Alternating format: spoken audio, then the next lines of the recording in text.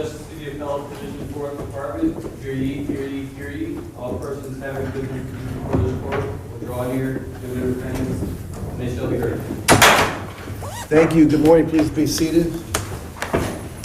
First case on the calendar for oral argument today is 675, People versus Buntley.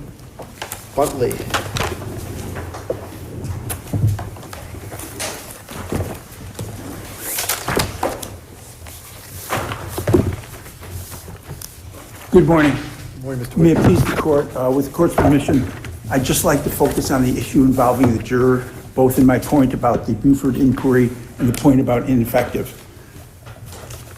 One of the jurors was breaking the rules according to court personnel. But we don't know what rule he was breaking. We don't know what rule he was breaking, and that's precisely my problem. Your But Honor, it wasn't the attorney's problem. it wasn't the attorney's problem. What happened was the court never got to hear what the issue was, and that's central to my argument. But I thought the defense attorney said he didn't want to hear what the reason was. I know that, and that's why I believe he was ineffective. I can not give the court any better example of the issue before the lower court than one of the cases my opponent cited in her brief, the Court of Appeals Baddock's case. The court found there was apparently some kind of scenario where the juror in question had an understandable reaction, which was triggered by defense counsel's repetitive use over and over of an offensive racial epithet. The court appeals there said there's no need for a Buford inquiry because all the facts were before the court. In this case, no facts were before the court.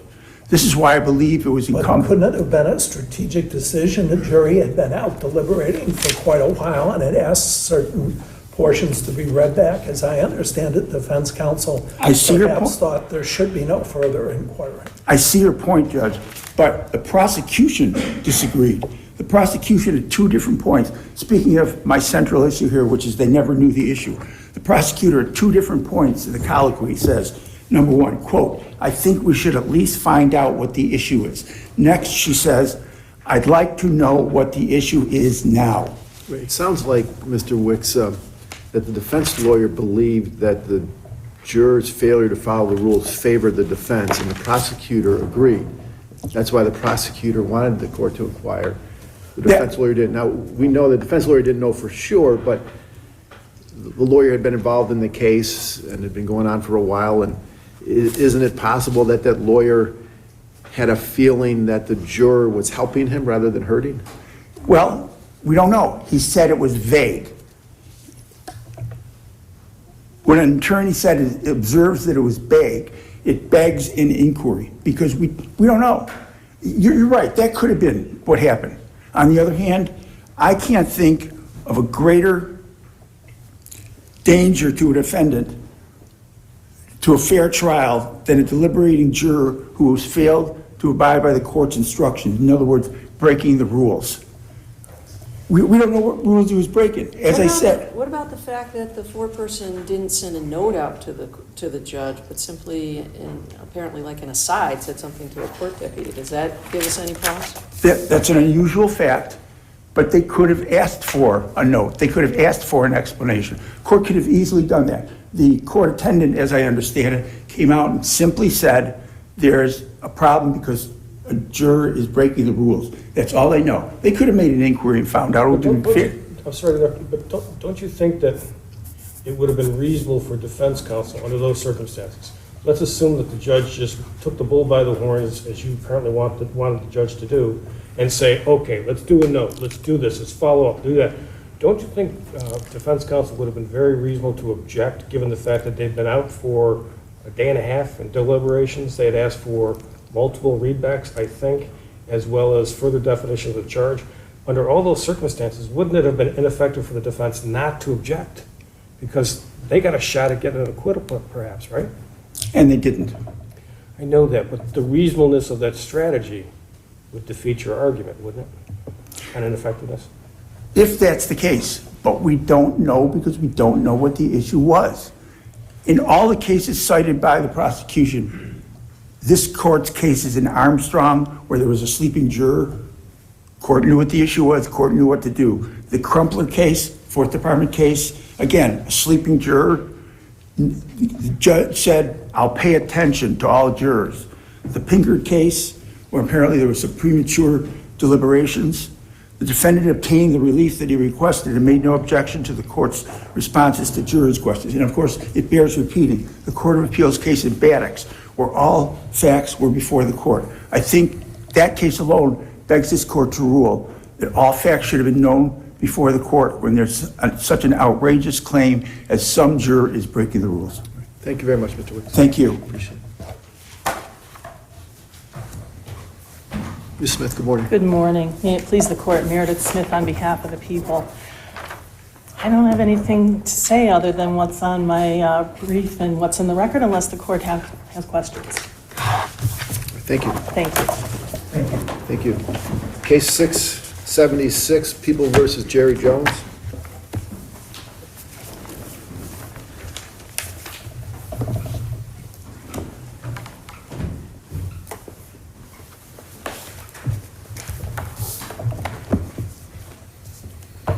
May it please the court, Bridget Field on behalf of Mr. Jones.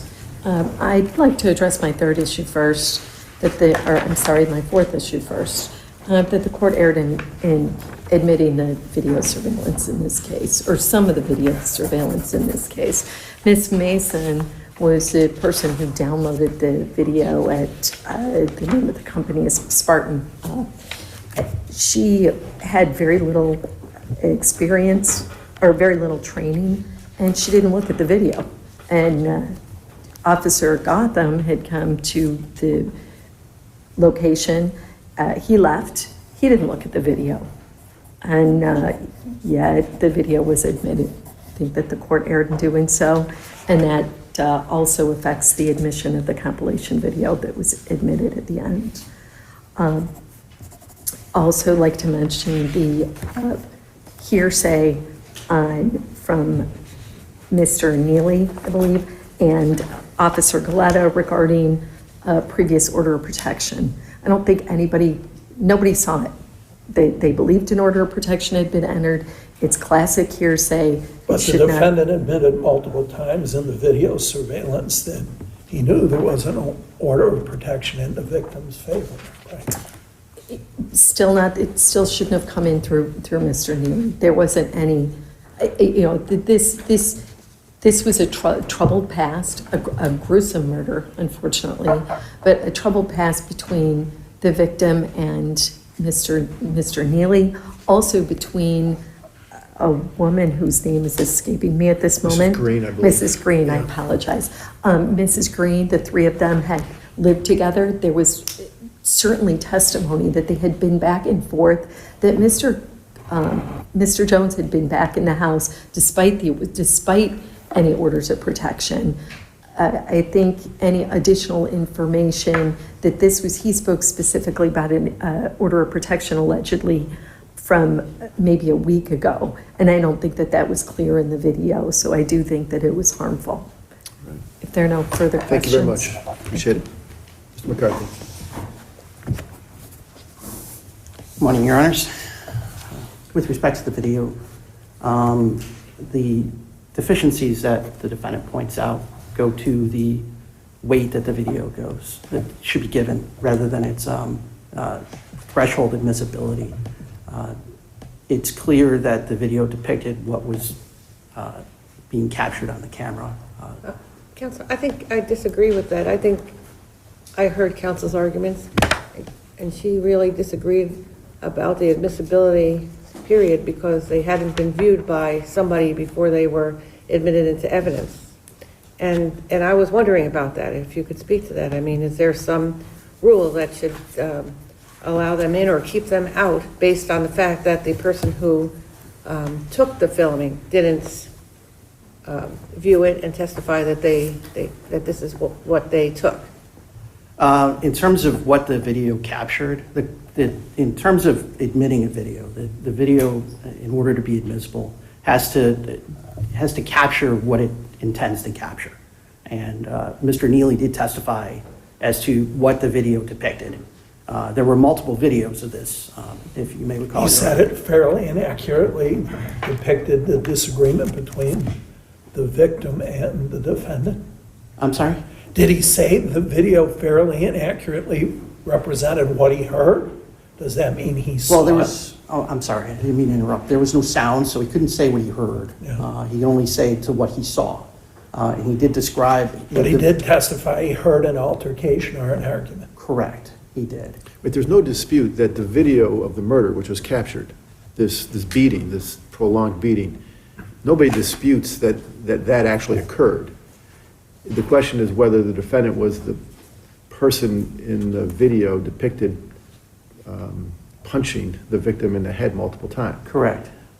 And the defendant also admitted in one of the other videos that it was him, one of the Correct. store surveillance videos, so. Correct. So they actually showed him a still of the video, and they said, "Is that you?" And he said, "Yeah, that's me."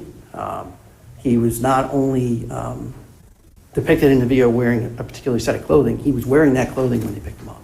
And the police had seized that clothing, so the jury was able to determine the issue of identification in that case. And with respect to the hearsay, Mr. Neely appeared to have testified from firsthand knowledge, but whether he did or not, ultimately any error in admitting that order of protection was harmless because the defendant himself admitted it in his statement multiple times. If there are no other questions? Hearing none, thank you. Thank you. Case 677, People versus Juan Zenon.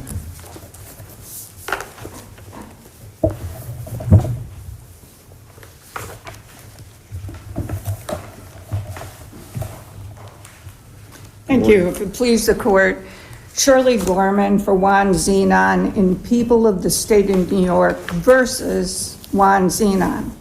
That versus has a meaning.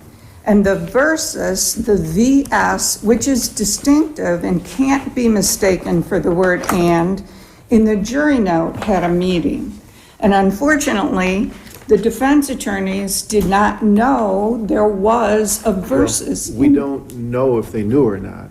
Well- Mr. McCarthy says that in chambers, they discussed the note. That's off the record, though, so we can't consider that.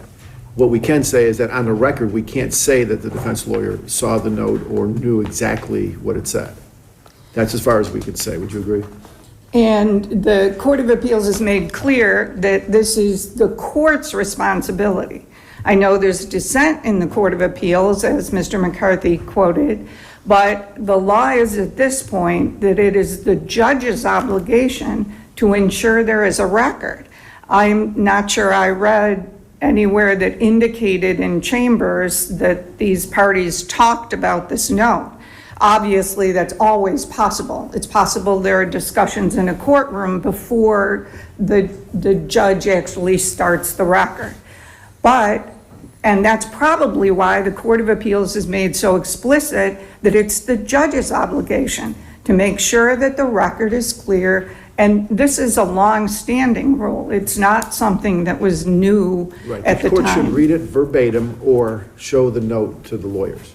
And neither happened here, at least on the record.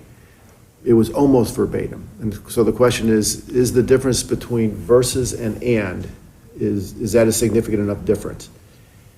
What would have happened, do you think, if the Judge Doyle had read it as written, versus?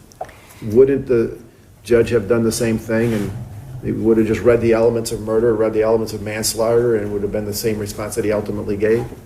Well, trial counsel might have said, Judge, they aren't asking for the elements. Well, I believe they asked for the elements, which is usually the 1, 2, 3. But they're not asking for this entire charge to be reread with all of the accessorial liability and extended definitions. They want the difference between these two. And so, Judge, I'm asking that you tell them one involves intent to kill and one involves intent to cause serious physical injury. And then give them the elements, the 3 things that they're requesting. Is that Beyond substantially it. different than what the jury heard, though? It makes a difference in terms of emphasis, and part of why the Court of Appeals has always said a defense attorney needs to know exactly the specific content, the precise content, and even use the word verbatims at time about the words that are on that note, is it lets the defense attorney know what the jury's thinking. When they come in and say, I want to hear manslaughter and murder, okay, so maybe they finally talked about facts and now they're going to talk about law.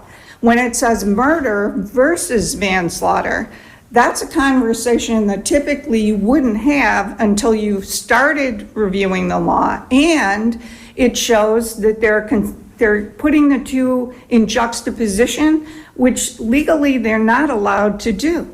They have to render a not guilty verdict on the first before the second. So I submit that defense counsel did not have an opportunity to weigh in appropriately. So the fact that he wasn't told it was versus and just presumed it was and based on the court, you think is significant? Of course, because unless you heard versus, and he might have said and once and versus once, and then it would be, Judge, can I approach the bench? Which way was it? But it was and both times, when the jury was present and when he talked to counsel. Don't you think that judges are hesitant to do anything other than read the CJI verbatim, and that they're not usually going to offer anything ad-libbing? I think the problem is verbatim means verbatim. I know there are cases, and this court had one, which some of the bench sat on, where the court did not find that it was wrong not to use a verbatim reading. But verbatim is different when you're talking about a term that has meaning versus a term like an of or an on, or not reading the parenthesis or saying their quotation marks, which some judges do. But it needs to be such that verbatim does not in any way affect the meaning of what the note was. And the second department is now regularly holding verbatim means verbatim. And the Copeland case I quoted is virtually the same as this. Versus means difference. What's the difference between the term murders versus manslaughter? And in a murder versus manslaughter case, they reversed because the judge didn't say the difference between the two. I think it was first-degree murder. It was between first and second-degree murders in that case. But we understand your point, and we understand your argument.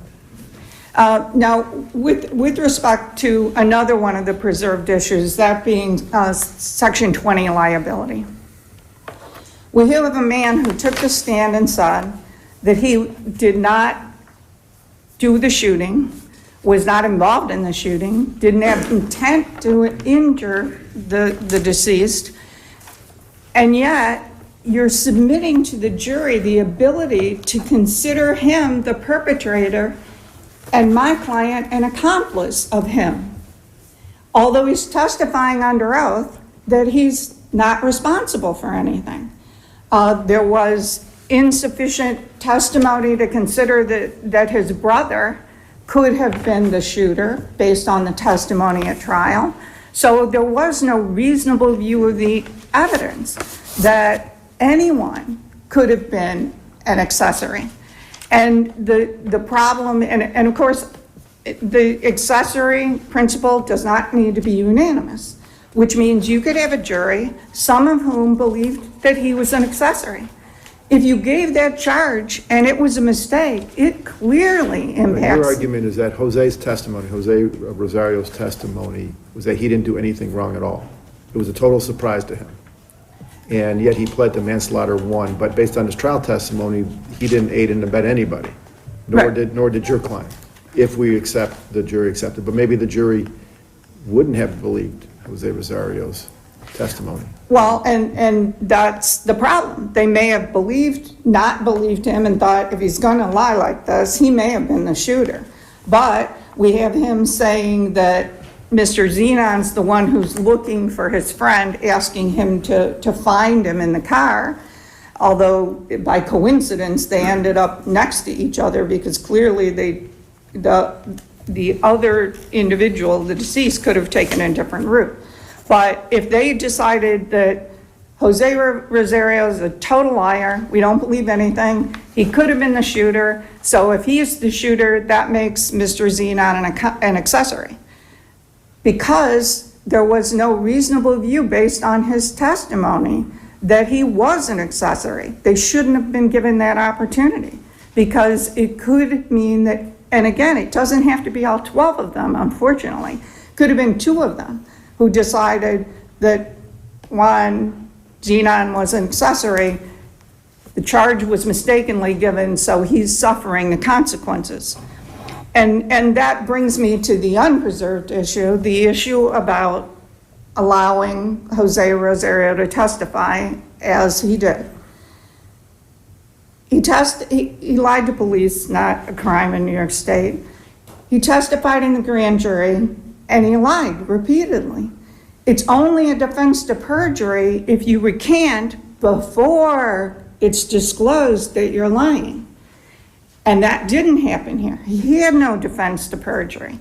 Well, that was all brought out on cross-examination by a defense lawyer. He made good work of that issue, pointing out he pled guilty to manslaughter. Now he testified he didn't do anything wrong. Were you lying then or were you lying now? I mean, that issue was fully developed for the jurors, was it not? The problem was his trial testimony. The problem is at some point, you have to say, you just can't do this as a prosecutor. You can't call and rely upon a witness who then gets on the stand after having entered a factual colloquy on a manslaughter first with this deal in mind, comes in and says, I'm not guilty of anything.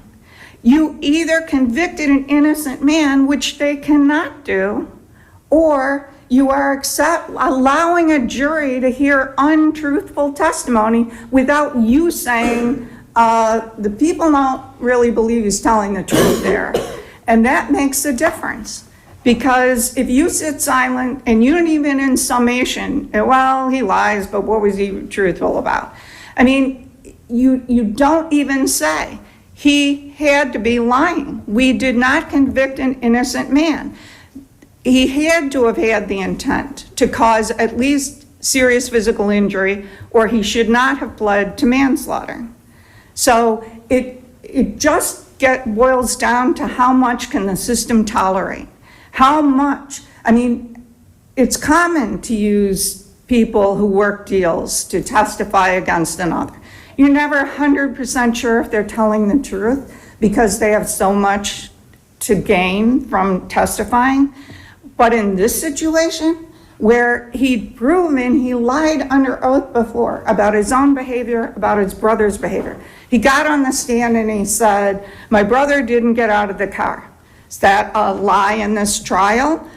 Rafael Rivera said he got out of the car. So there's one lie in this trial. And then there's a lie about his own behavior. And at some point you just have to say, I mean, if the prosecutor had stood up and approached the bench and said, Judge, you know, we need to make a statement here. We need to deal with the fact that this is implying that we convicted an innocent man, that he's innocent of the crime. At that point, somehow the jury has to know that the people are not standing behind his reliability 110%.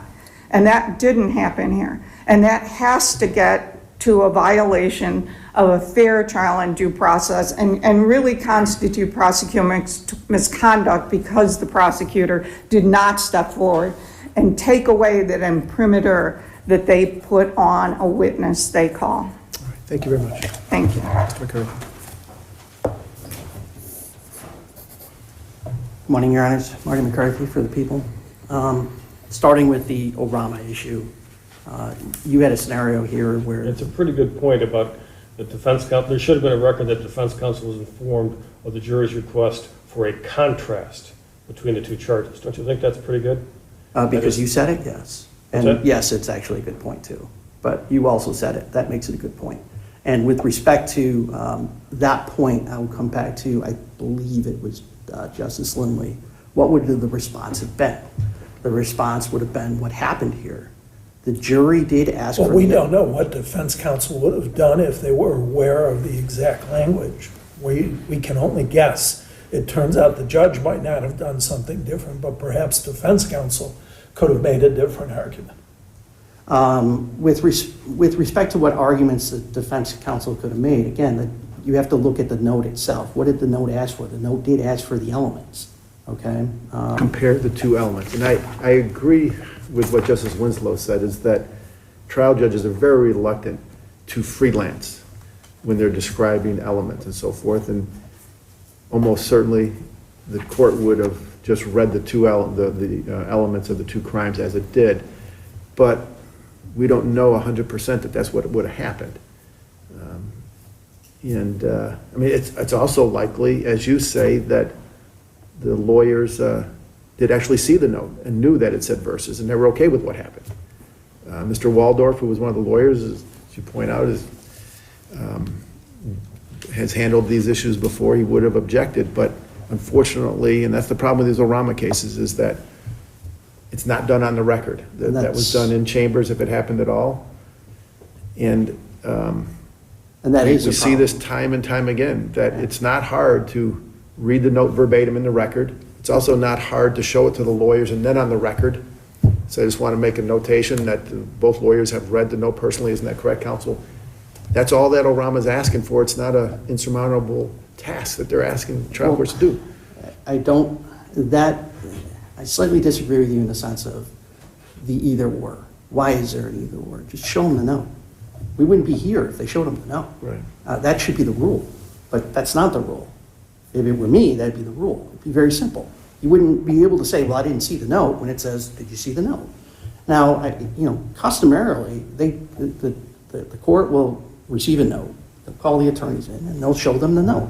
That doesn't always get put on the record.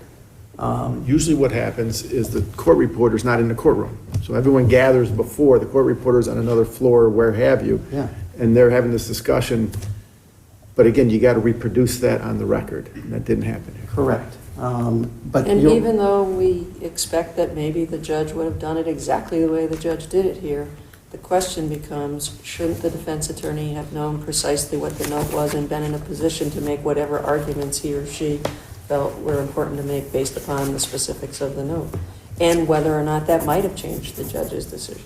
now the other thing to point out, and I can't say that this happened, but the other thing to point out is the judge had complied with the Orama procedure before.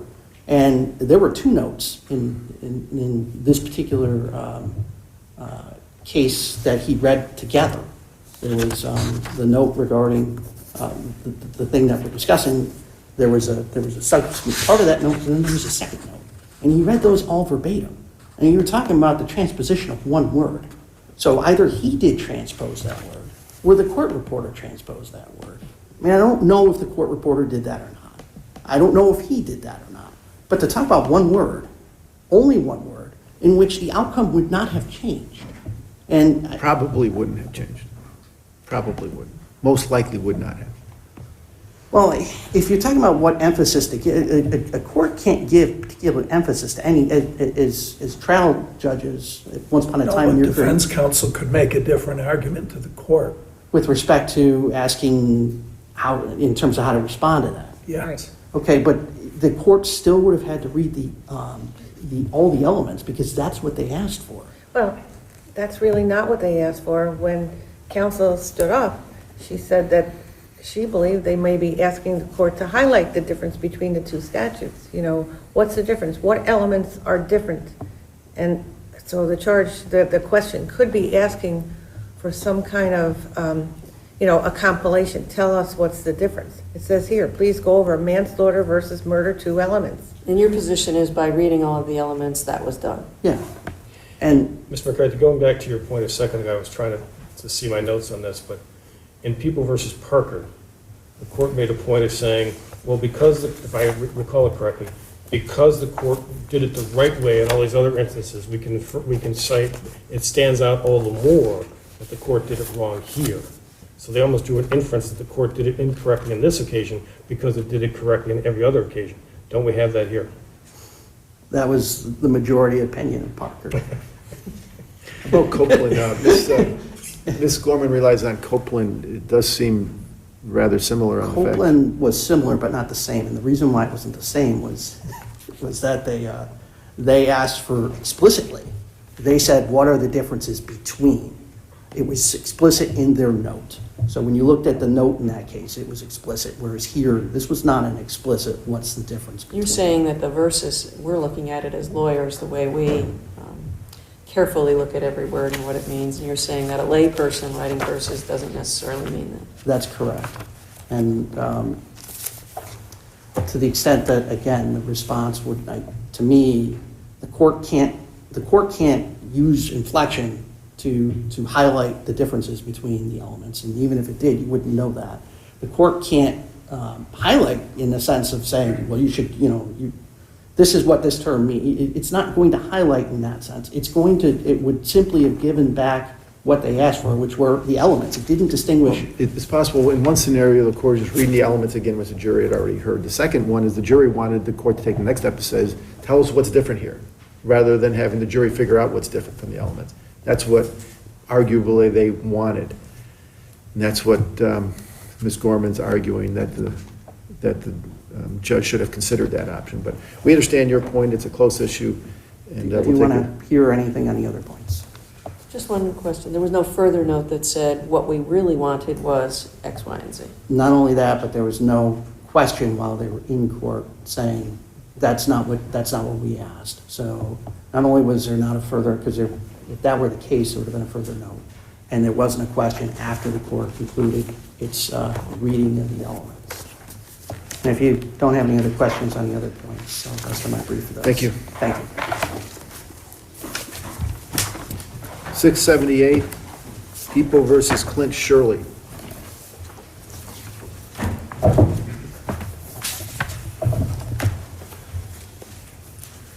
Kane, good morning. You're on your own this morning.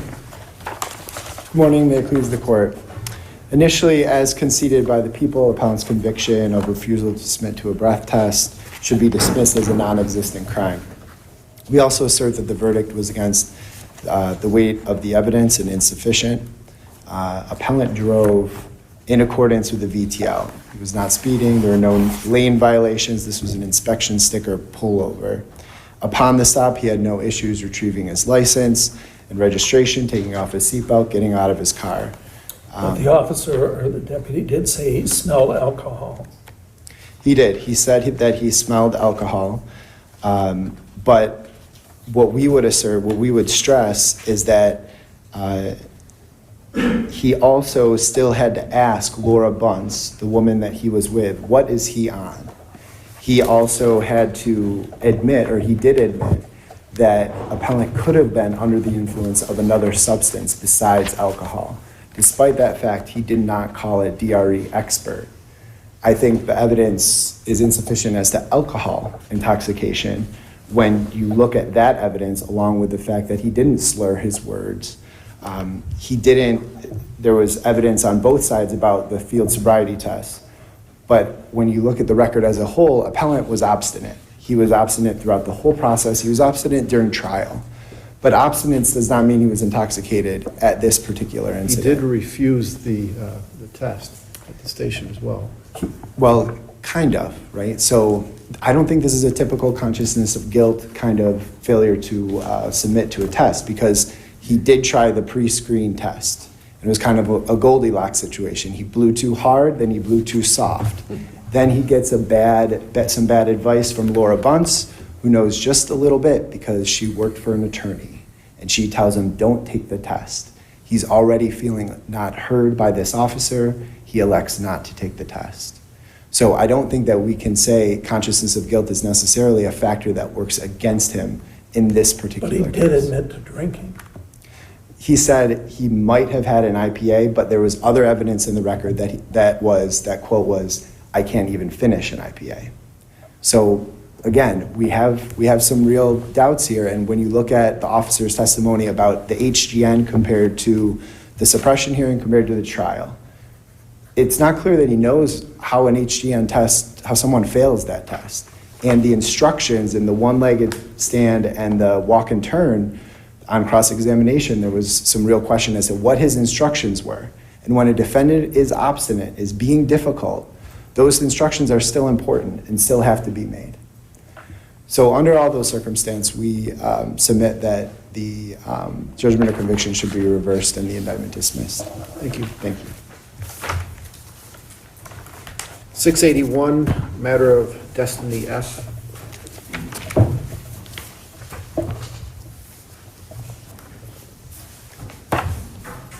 Good morning. Good morning, Your Honors. I'm Sharon O'Hanlon. I'm the appellate attorney for all three of the children in this matter. Your Honors, as I have argued in my brief, and the department also argued in their brief, this appeal should be dismissed as moot, given that there has been a subsequent order of fact-finding and disposition at which the non-respondent mother was present with counsel and did not object. We understand that point. Furthermore, even if it isn't moot, the trial court was appropriate in deeming that the non-respondent mother was not an appropriate placement resource for these children. She herself had substance abuse issues. She had The children were taken away from her at some point where she served 8 months on a drug sentence. Yes, Your Honor. And she opted to have those children placed with her parents. She let those children remain there another 3.5 years. The oldest child had never been in her care. And quite honestly, this non-respondent mother did not live in a vacuum. There had been significant... We don't reach any of that if you say it, if you convince us it's moot. I didn't hear you, I apologize. We don't reach any of those other issues if we accept your first position. Okay. That given the subsequent orders Okay. and findings, it's moot. Thank you, Judge. Thank you, Your Honors. Thank you very much. Case 682, Denman versus Coleman.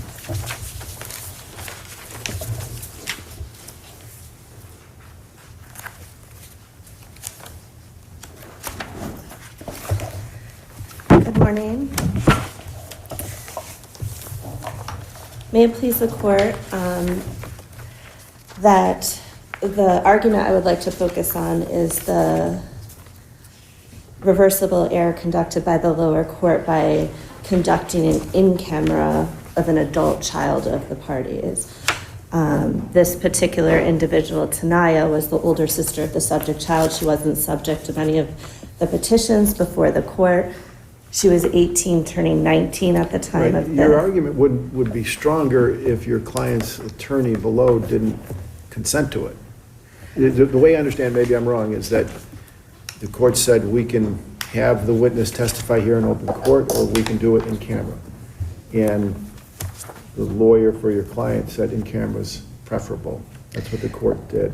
So the other side says it's unpreserved, waived, and that... So I'm prepared to address that argument. Yeah. So I think I conceded in my brief that it's not adequately preserved. However, I think this court should address it as an issue of the interest in justice. I also think that the actions of her attorney were insufficient to waive her due process right. The record didn't reflect any knowing or understanding waiver of this right, which is akin to a waiver of a right to counsel. There was no allocution in the record. And that's very clear. So based on... Everybody was represented by counsel. She was represented by counsel, but we're kind of also getting into a different argument, which was her ineffective assistance of counsel argument. But even regardless of that, there needed to be an allocution in the record that she knowingly and understandingly waived that right. So the other argument that I think created reversible error here was to allow repeated attempts to impeach the appellant with a prior trial order from 2010 regarding a non-subject child that they had a prior custody decision regarding actually the same child that was part of the in-camera. And the law is pretty clear that you can only impeach on prior inconsistent statements made either under oath or in writing. This prior trial decision was not a statement by my client, either under oath or in writing. And I think that it was extremely prejudicial and harmful to her. And the judge in her decision in this case said that she didn't read the decision thoroughly read the decision until she was almost done writing this decision. However, the record reflects differently. Even in the record on page 507, she refers to the exhibit and says that she's assessing the appellant's answers in her testimony against the prior court decision and assessing her credibility. How was your client prejudiced by that impeachment? Was it the fact that it was disclosed that the father was awarded custody of the older child? Is that, It wasn't that fact alone. It went to credibility and the reliability of my client's testimony. because that first fact came out in other ways during the hearing. The credibility? No, the issue of the custody of the older child. The father won that over Sure. the mother. That was established independent of this impeachment. Yeah, I don't think it was that fact alone. I Okay. think that fact would have come out and was relevant. I think the fact that a document was being used to show my client as not credible or reliable in her testimony that was not a prior inconsistent statement did prejudice her overall with this court, as the court referred to it several times throughout the record and decision. All right. Thank you very much. Thank you.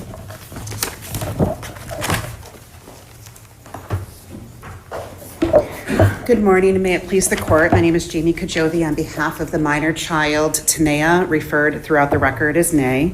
Nay is currently 12 years old, but she was 9 and then 10 when the trial concluded. I'd like to focus on 2 points today. The first that we've already talked about a little bit is the in-camera of the adult sister, Tanea. While everybody has conceded in their briefs, and I am the replacement attorney on my brief, that it wasn't objected to in the record, the court has an obligation as parents patriae to ensure the integrity of the proceeding and to ensure that the parents' due process rights are protected. The court did not do that here. While there was discussion on the record that Mr. Hicks, the second attorney on the trial for Ms. Coleman, consented to the in-camera and that he had discussed it with his client, there wasn't a sufficient colloquy or allocution. There was no discussion by the court directly with Ms. Coleman to ensure that she understood the due process rights that she was waiving and the implications of that. But this was not a question of whether the witness is going to be testifying. It was just in which form. Would she be testifying in the Lincoln context? Or would she be testifying in open court subject to cross-examination? It's not as though this testimony wouldn't have been heard, correct? That's correct, but Ms. Coleman didn't have the opportunity through her counsel to cross-examine, which is fundamental to her due process rights. The Court of Appeals in the Lincoln decision allows the in-camera of a minor child to be used to ascertain the child's preferences, not to be used as fact-finding or to elicit evidence. It is clear in the decision of Judge Carney that she used the in-camera interview of an adult that Ms. Coleman didn't have the opportunity to cross-examine to corroborate the testimony and to make the decision in this case. It wasn't just Tanea's preferences, which incidentally, as not a child of the proceedings, wouldn't have been relevant what her preferences were anyway. And that's where this court committed reversible error. The court did not protect the integrity of the proceedings to make sure that Ms. Coleman understood that she was waiving her due process rights to cross-examine that witness. Notwithstanding that she had counsel by her side. Correct. That takes me into my next point, Your Honor, is the ineffective assistance of counsel argument that is in the AFC brief. That wasn't the only issue in ineffective assistance of counsel, is ensuring that the proper waivers were made, but there were other issues. Mr. Jason, the first attorney for Ms. Coleman, entered into evidence hearsay documents. That was objected to by Mr. Hicks then in the continuation of the trial, but the damage had already been done. They had already been entered into evidence. That is not text messages between the child and... The information that was entered into evidence, I mean, that wasn't done in secret. It was done in the courtroom. And there didn't appear to be any objection. No, in fact, it was Ms. Coleman's attorney, Judge, that entered those text messages into evidence. And that is where the argument for ineffective assistance of counsel comes in. That's one of the points. It was wholly inappropriate for him to enter that into evidence. It was later objected to by secondary counsel, and that hearsay document remained in evidence and was relied on by the court pretty heavily in its decision. In addition, there was no cross-examination on Mr. Inman's extensive testimony from his direct examination. Mr. Hicks was not the attorney of record for the direct examination, yet he opted to not cross-examine Mr. Inman on many statements that then, because they weren't challenged, were relied on by the court in making the decision. It seemed a little odd, but the lawyer explained the strategy there. He said, we're not going to cross-examine him. My client wants to tell her story in her own words, and that's then what happened. You're asking us to conclude that that strategy was unreasonable. That is exactly what I'm asking you to do. Just because there is a stated strategy does not make it a reasonable strategy. Certainly, I'm not asking you to determine on each case whether a strategy is good or bad. The question is whether it was reasonable or unreasonable, and in this case, I believe it's unreasonable. It kind of depends on what impeachment material was available. What could he have been asked about that would have been harmful to his position? We understand your point. You want us to remit it for a new trial. I do. Thank you, Your Honor. Thank you. Case 683, HBC Victor LLC versus Town of Victor.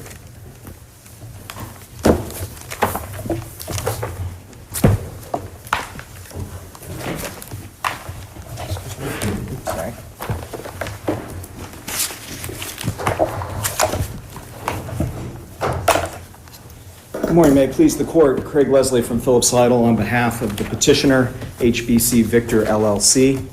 My client, HBC Victor, is the owner of property in the town of Victor that is a former Lord & Taylor department store adjacent to and attached to the Eastview Mall. So the store closed in February of 2021, and the town started condemnation by November of 2021? Yes, Your Honor. 9 months later, not even a year after the store closed.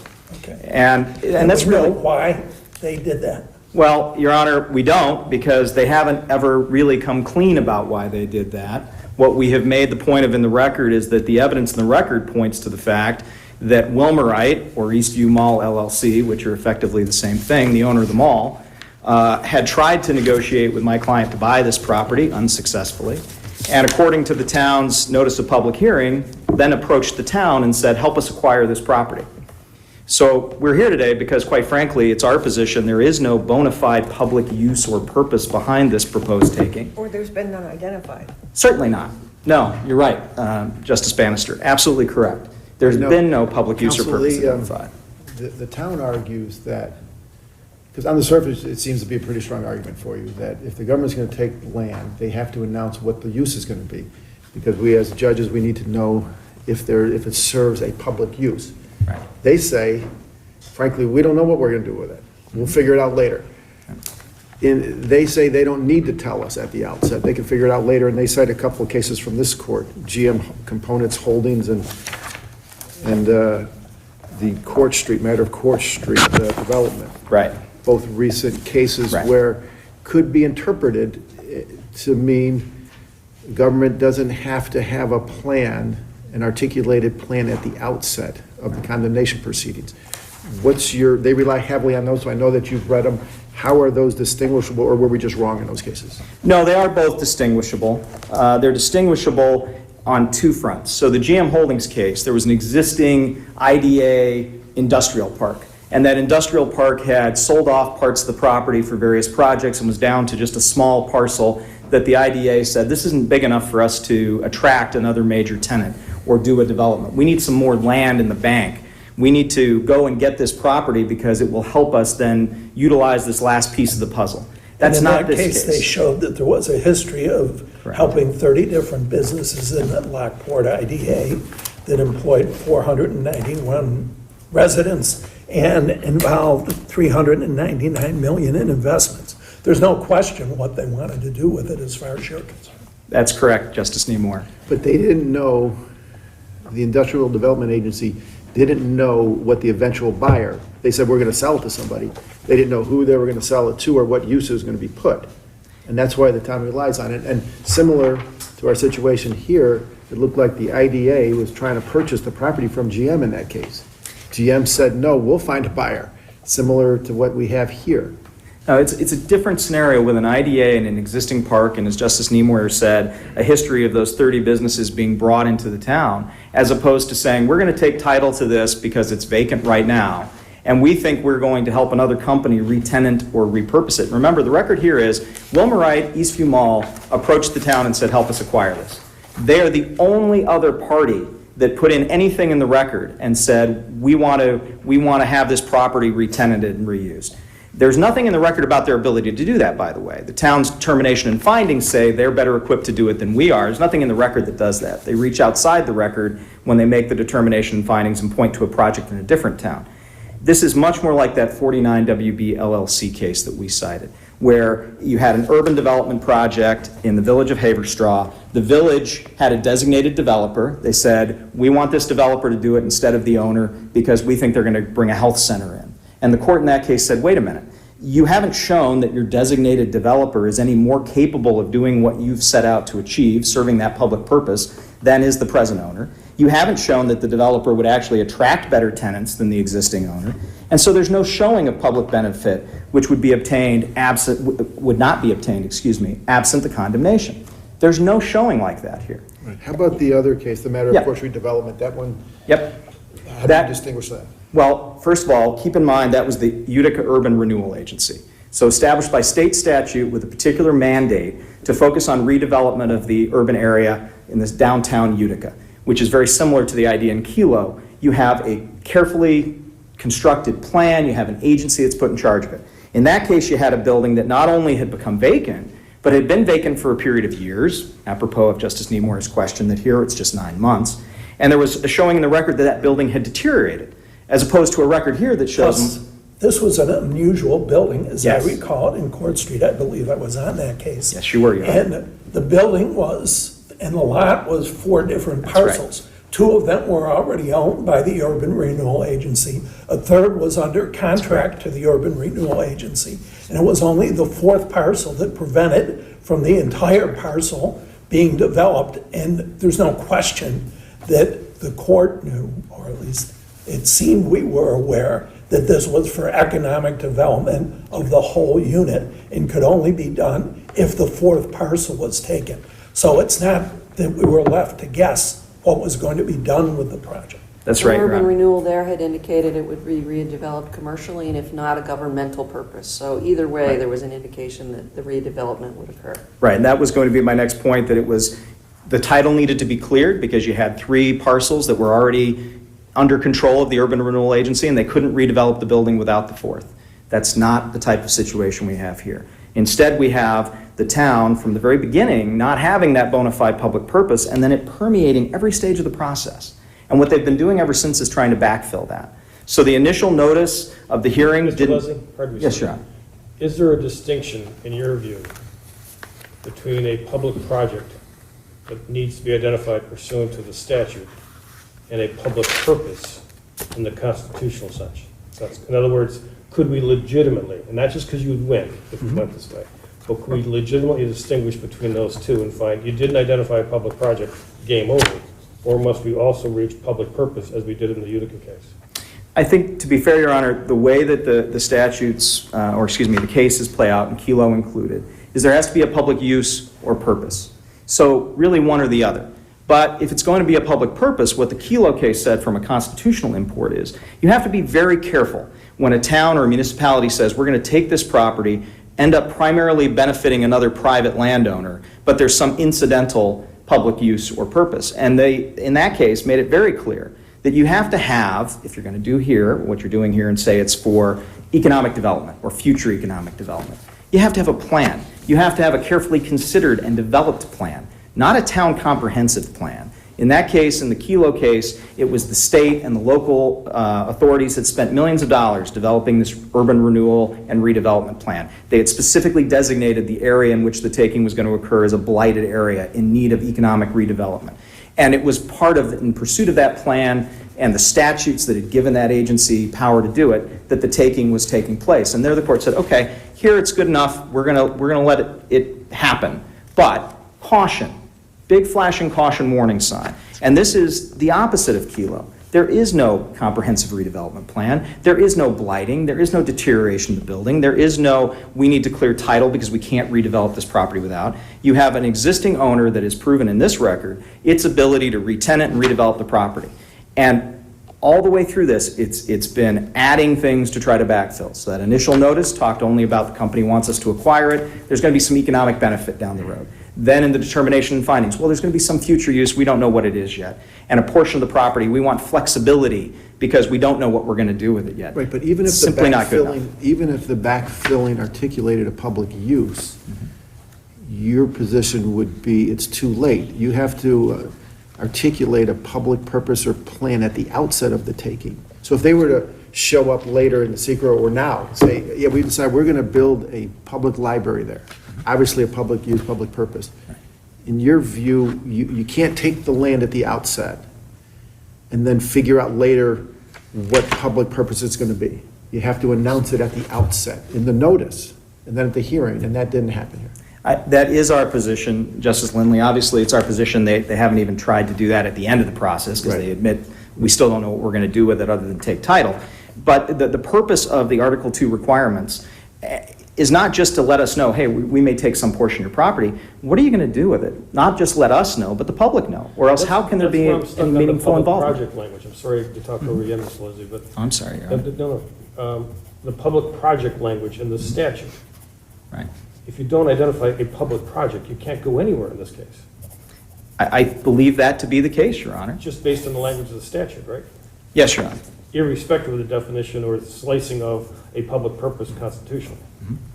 I believe that to be the case because the idea is, and I mean, the Greenwich Associates case that we cite in our brief, the reason you've got to provide at least some description with reasonable particularity is so the court can decide, is there a bona fide project or not? Is there actually something here that justifies invading the other private property owner's rights and taking their property for the greater public good, for a public project?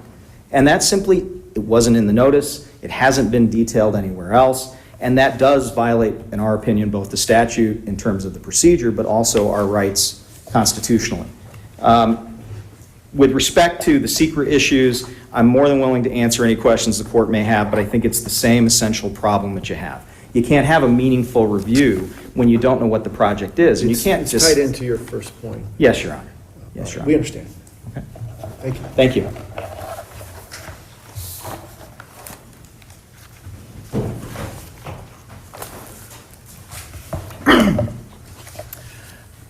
Good morning. May it please the court. Kyle Gooch from Harris Beach on behalf of the respondent, Town of Victor. We ask that the court confirm the town's determination to acquire this property and dismiss the petition. What's the public project?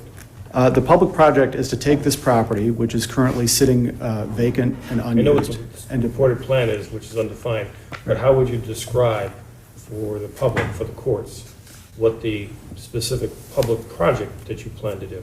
Right, so the public project is to take an unused parcel and to put it back into reuse to find new tenants or users for that parcel. So is the idea that the town is going to become a landlord and go out and find tenants? That's one possibility, or it could accept bids, or there's a number of ways it could go about doing that. You haven't ruled out transferring it to the mall's owners? Transferring title? It hasn't been ruled out, but That's an option, right. it's also not, I think part of what the petitioner is alleging in this case is that there's some sort of secret plan here that We understand has not been that's- articulated. It's not off the table. That's not what the idea is for sure, but it's Right. not off the table. So the town might just go out there and solicit tenants and then collect rent and be a landlord. It might transfer it to the mall's owners. As I read the papers, they might do something entirely different with it. Maybe a rec center or some other public facility. All these options are on the table. The town has, it's fair to say, has no idea what it's going to do with this property once it's taken. The town has not identified a specific use, tenant, Or even general. Its purpose is general, and this is a dispute about the level of generality. The petitioner is saying, you have to get down into the weeds and tell us the specific thing that you're going to do with this property. And as I read this court's decisions, for example, GM Component Holdings, that's a case where an IDA was just adding to its inventory of land that it was eventually going to do something with in an industrial park.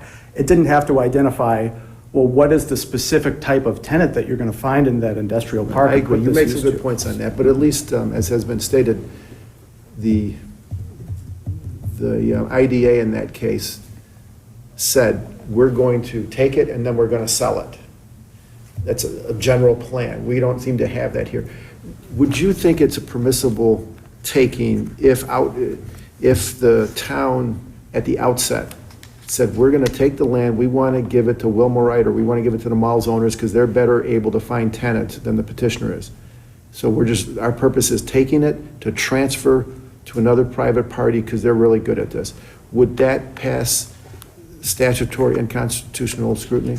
Yes, I think it would, and I think there have been cases where Kaufman's Carousel, for example, and others, where the power of eminent domain has been used to expand a shopping mall. And that's part of the other context in this case, is you got a regional destination shopping mall, 1.3 million square feet of space, 190 stores, millions of dollars of tax revenue comes into the town. This is a very important commercial development for the town. It's critical commercial development. Right, so the town can choose between landlords. We prefer this, there are two experienced landlords here. We prefer B over A. We think they can get it rented out sooner, and so therefore we can take it. In your view, that's a permissible take. In my view, the town can say, this is such an important piece of property, and leaving it vacant creates such a significant risk of domino effects that could imperil the health of the mall and of the town and the tax revenue and the jobs. Must it be vacant for your argument to prevail? For example, what if they just put a bunch of batting cages in there, and you disagree with that being a good enough use for it to be part of this mall? Could you evaluate the quality of the use as part of your analysis? Well, I do agree, that would be an entirely different case, because what the purpose here is to take... That's why I chose it. Yeah. I mean, Yeah. can you evaluate the quality of the use, or is your argument dependent upon its vacancy? This argument is dependent upon the vacancy. We're taking a vacant property. The vacancy creates issues. These anchor tenant stores are relied upon to draw traffic to the other stores in the mall, particularly. Yeah. Do you consider vacancy to be blight? Vacancy alone, because we don't have any deterioration. The only evidence in the hearing is that the petitioner is continuing to pay taxes, by the way, of more than $4 million on the assessed value. The assessed value more than $4 million. They had evidence at the public hearing that they're maintaining it, they have cleaning crews go in, and it's structurally sound. So this doesn't fit into the blight case unless we were to say vacancy alone of a significant property is blight. Is that what you're asking us to say? No, I'm not. So we're not saying that it's blighted. I think that would be if it was blighted, that would be an independent reason why a municipality could go in. But this is not just any old vacant space, a commercial space in the town of Victor. This is a critical space, and leaving it vacant, I mean, you can just look around and see what happens when there are dead malls with empty anchor tenant locations. It's a big problem. Is there any indication that you had that they intended to leave it vacant? The record that I read indicated that they had been working towards finding a tenant, hired a professional to help in that endeavor. So I'm not sure that they were planning to leave it vacant. The very short time that it was vacant doesn't add up to me to say that their plan was to leave it vacant. Thank you. And I have 3 points on that. So number one, I don't think that the town is required to sort of sit back and let the HBC Victor do it on its own timeline. If this is important enough to the town and leaving it vacant is now been vacant for 18 months. Don't you think it's more important to HBC Victor? They're paying property taxes, assessed value of more than $4 million. They're paying maintenance. They have an incentive to have tenants in there. They're not in business to lose money. They own malls all over the country, and this is what they do. It's not, I don't think there's any indication or any reason to believe that they are intentionally just sitting on their hands and letting it sit vacant. No, and I don't think that we have to prove, and I don't think it's our burden to prove that that they're not doing a good enough job or that we would do a better job. All we have to do is identify a conceivable, rational public purpose. And I think that's what we've done. And so it's not our burden just to say that they haven't done a good enough job. But I will say that the town, in its determination and findings, was troubled by the fact that HBC has many other locations that all came into its possession all at once through this bankruptcy, all over the country, millions of square feet of space. And so there's not necessarily the focus on this particular space as there would be if the town comes in And again, the town is interested in filling this space and doing so in the public interest. It's not worried about whether the new tenant is going to bring in enough money to be profitable, which is what HBC Victor would be concerned about. The town has things like municipal bonds and other ways to come up with creative solutions that wouldn't necessarily be feasible for a company like HBC Victor, which is looking to see, can we get enough money out of the new user to, you know, to pay whatever debt we owe on that property and turn a profit. So the town has more flexibility in that regard. I do think, as the court recognized, that the SECRA argument is much the same as the public use. We're not, a SECRA doesn't require us to identify the specific use. I think that's clear from this court's decisions in GM Component and Court Street, where the similar segmentation argument was rejected. And unless the court has any questions about the description, I'd be happy to rest on our brief on that point. Hearing none, thank you. Thank you. We're going to call the next two cases together. The second one's out of order. We're calling 685 New York Civil Liberties Union versus City of Rochester. And at the same time, the next case after that will be 690 New York Civil Liberties Union versus City of Syracuse. So Mr. Hoskins, we'll give you an opportunity. You can argue the Rochester case first, and then come back up and argue the Syracuse case second. Thank you, Your Honor. Thank you, and may it please the court. Bobby Hodgson from the New York Civil Liberties Union for the appellant. There are two main issues in this Rochester FOIL appeal, where the NYCLU requested records that would provide the people of Rochester with some basic but very vital information. Counselor, do you mind if I right off the bat take you to the retroactivity issue? Oh, certainly. Okay, let's go right to that. That's what's got my interest to begin with. Yes. So, at pages 24 to 25 of your brief, you contend that the respondents did not preserve the issue in the administrative process, right? That's absolutely correct, and they do not contest that. And in the brief, they don't seem to dispute it. They do not. The analysis can end right there. And they're providing retroactive records for substantiated cases already publicly. They already, I checked it this morning, it still exists. They are public and they are maintaining it. Okay, so we can, from your perspective, we can take the retroactivity issue right out of the question, right out of the process. You can. Of course, I do believe the retroactivity analysis is inappropriate here, and if the court would like to rule on it. The merits in your brief. Exactly, Your Honor. So I'm happy to answer questions about that, but I'm also happy to move on. But your basic point, if I understand it, is that there is no statutory exemption allowing the respondents to withhold records relating to so-called unsubstantiated claims of police misconduct, right? That's nowhere in the statute. No, certainly not to categorically withhold. And the only exemption that they have invoked, the privacy exemption, in fact requires them to perform targeted redactions to eliminate any... And that's really what you seek here, if I understand it. Absolutely. Right? Go back and do it's almost like a privilege law kind of analysis is how I equate it as best I can. So the relief that you seek is to say, wait a second, if there is no blanket exemption here for unsubstantiated claims under this personal privacy exemption, go back and do the hard work, right? Correct. Which, for all you know, could take 6 months, right? Yes, and of course we have stated we're open to a rolling production. We've done that in other jurisdictions. That's how FOIL works. That's how the privacy exemption works and has worked for many decades. That's how it's worked in the cases that have been cited on the other side. Exactly. But they were not blanket. They were older cases, mainly dealing with school districts, but... Only school districts, yes. Only school districts, but it was not a blanket rejection. You can't get it because it's substantiated. It's go back and redact. But how do you deal with the opinions from the Committee on Open Government?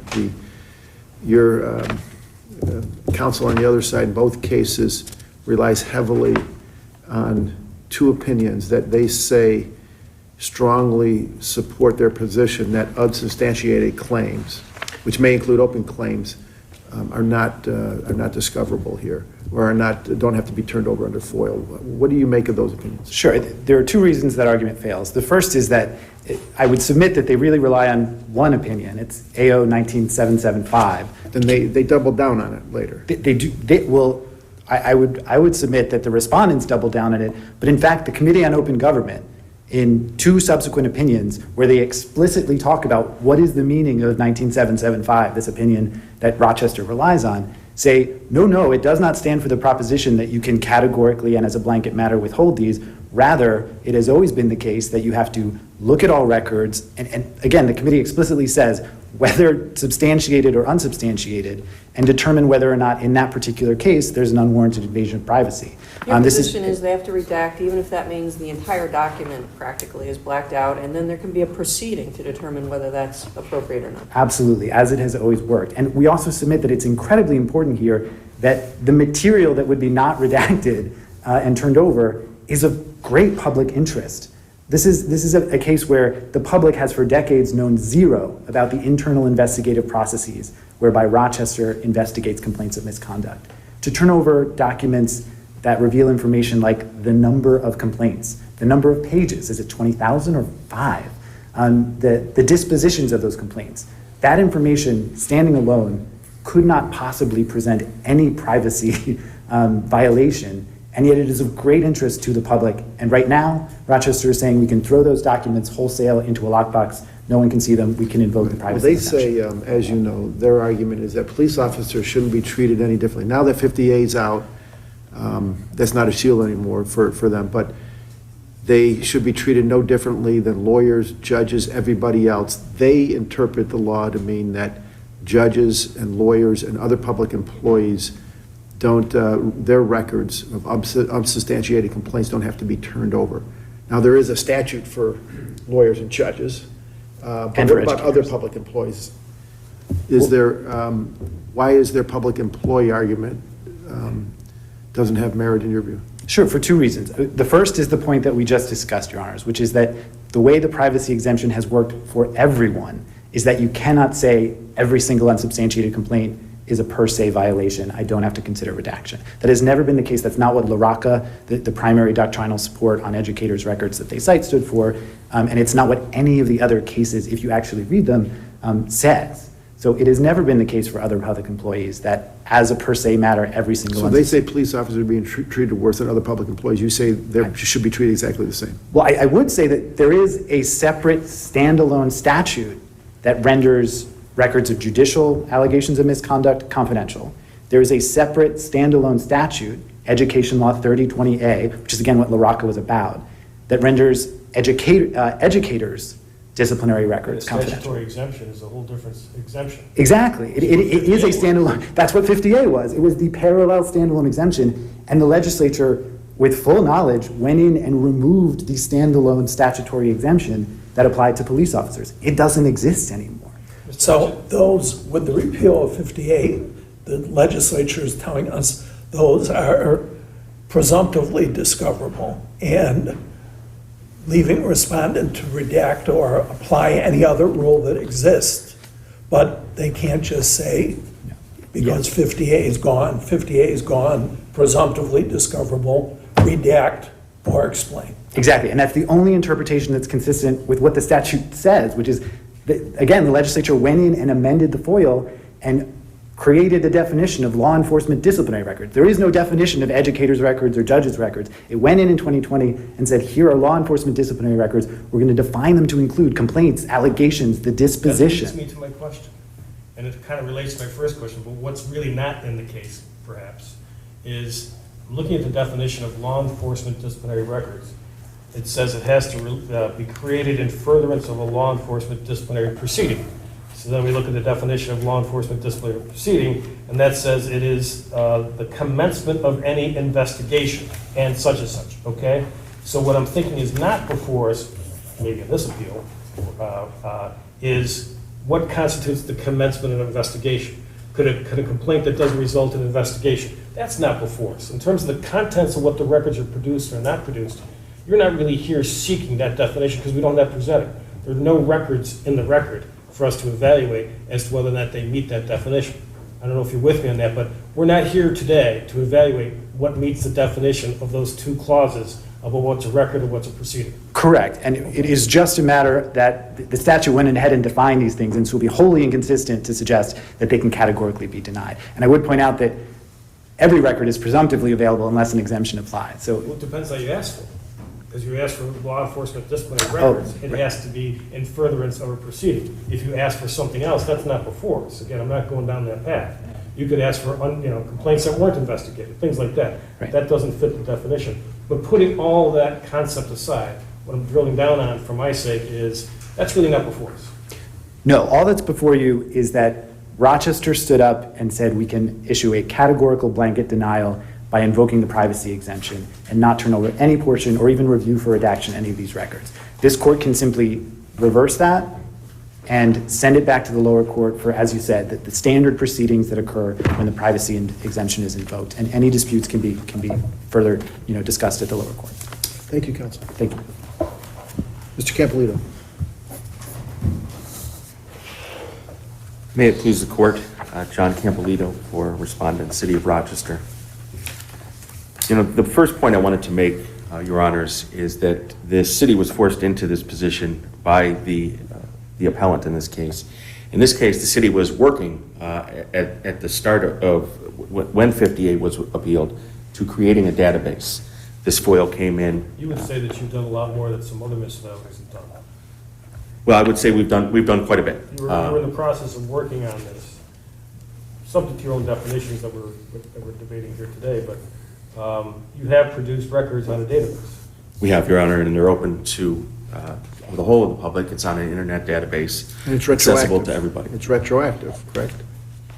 Correct, Your Honor. I would suggest that argument, the retroactivity, is moot for this particular argument here. You haven't argued it. We haven't, because we put the old documents on our database, and that was what we chose to do. The argument was not ours to make, it was made by the lower court, but we had already complied with the... So you would concede Supreme Court's error in that regard, correct? I wouldn't say error, Your Honor. I would just say that we believe that that's moot for our position. Well, how do we address it if you don't concede it's error? We've got to either find it's error or not error, or that you don't want us to rely on. Your Honor, I don't think it needs to be relied on because we've complied. We have put all... You don't concede it's error, but you don't dispute that it's error. Well, I would say it's moot. I don't take any position on error. However, I do understand the court's reluctance to rely on the city just putting the information out there, but that's how we have created our database, and the information is out there.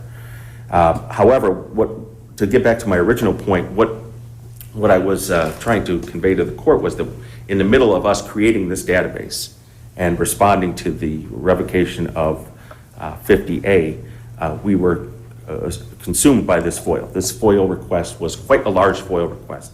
And in the process of trying to do this database and comply with the FOIL request, we had sent an initial letter out saying that we would be able to comply with this. Our database was scheduled to be done by the end of March 2021.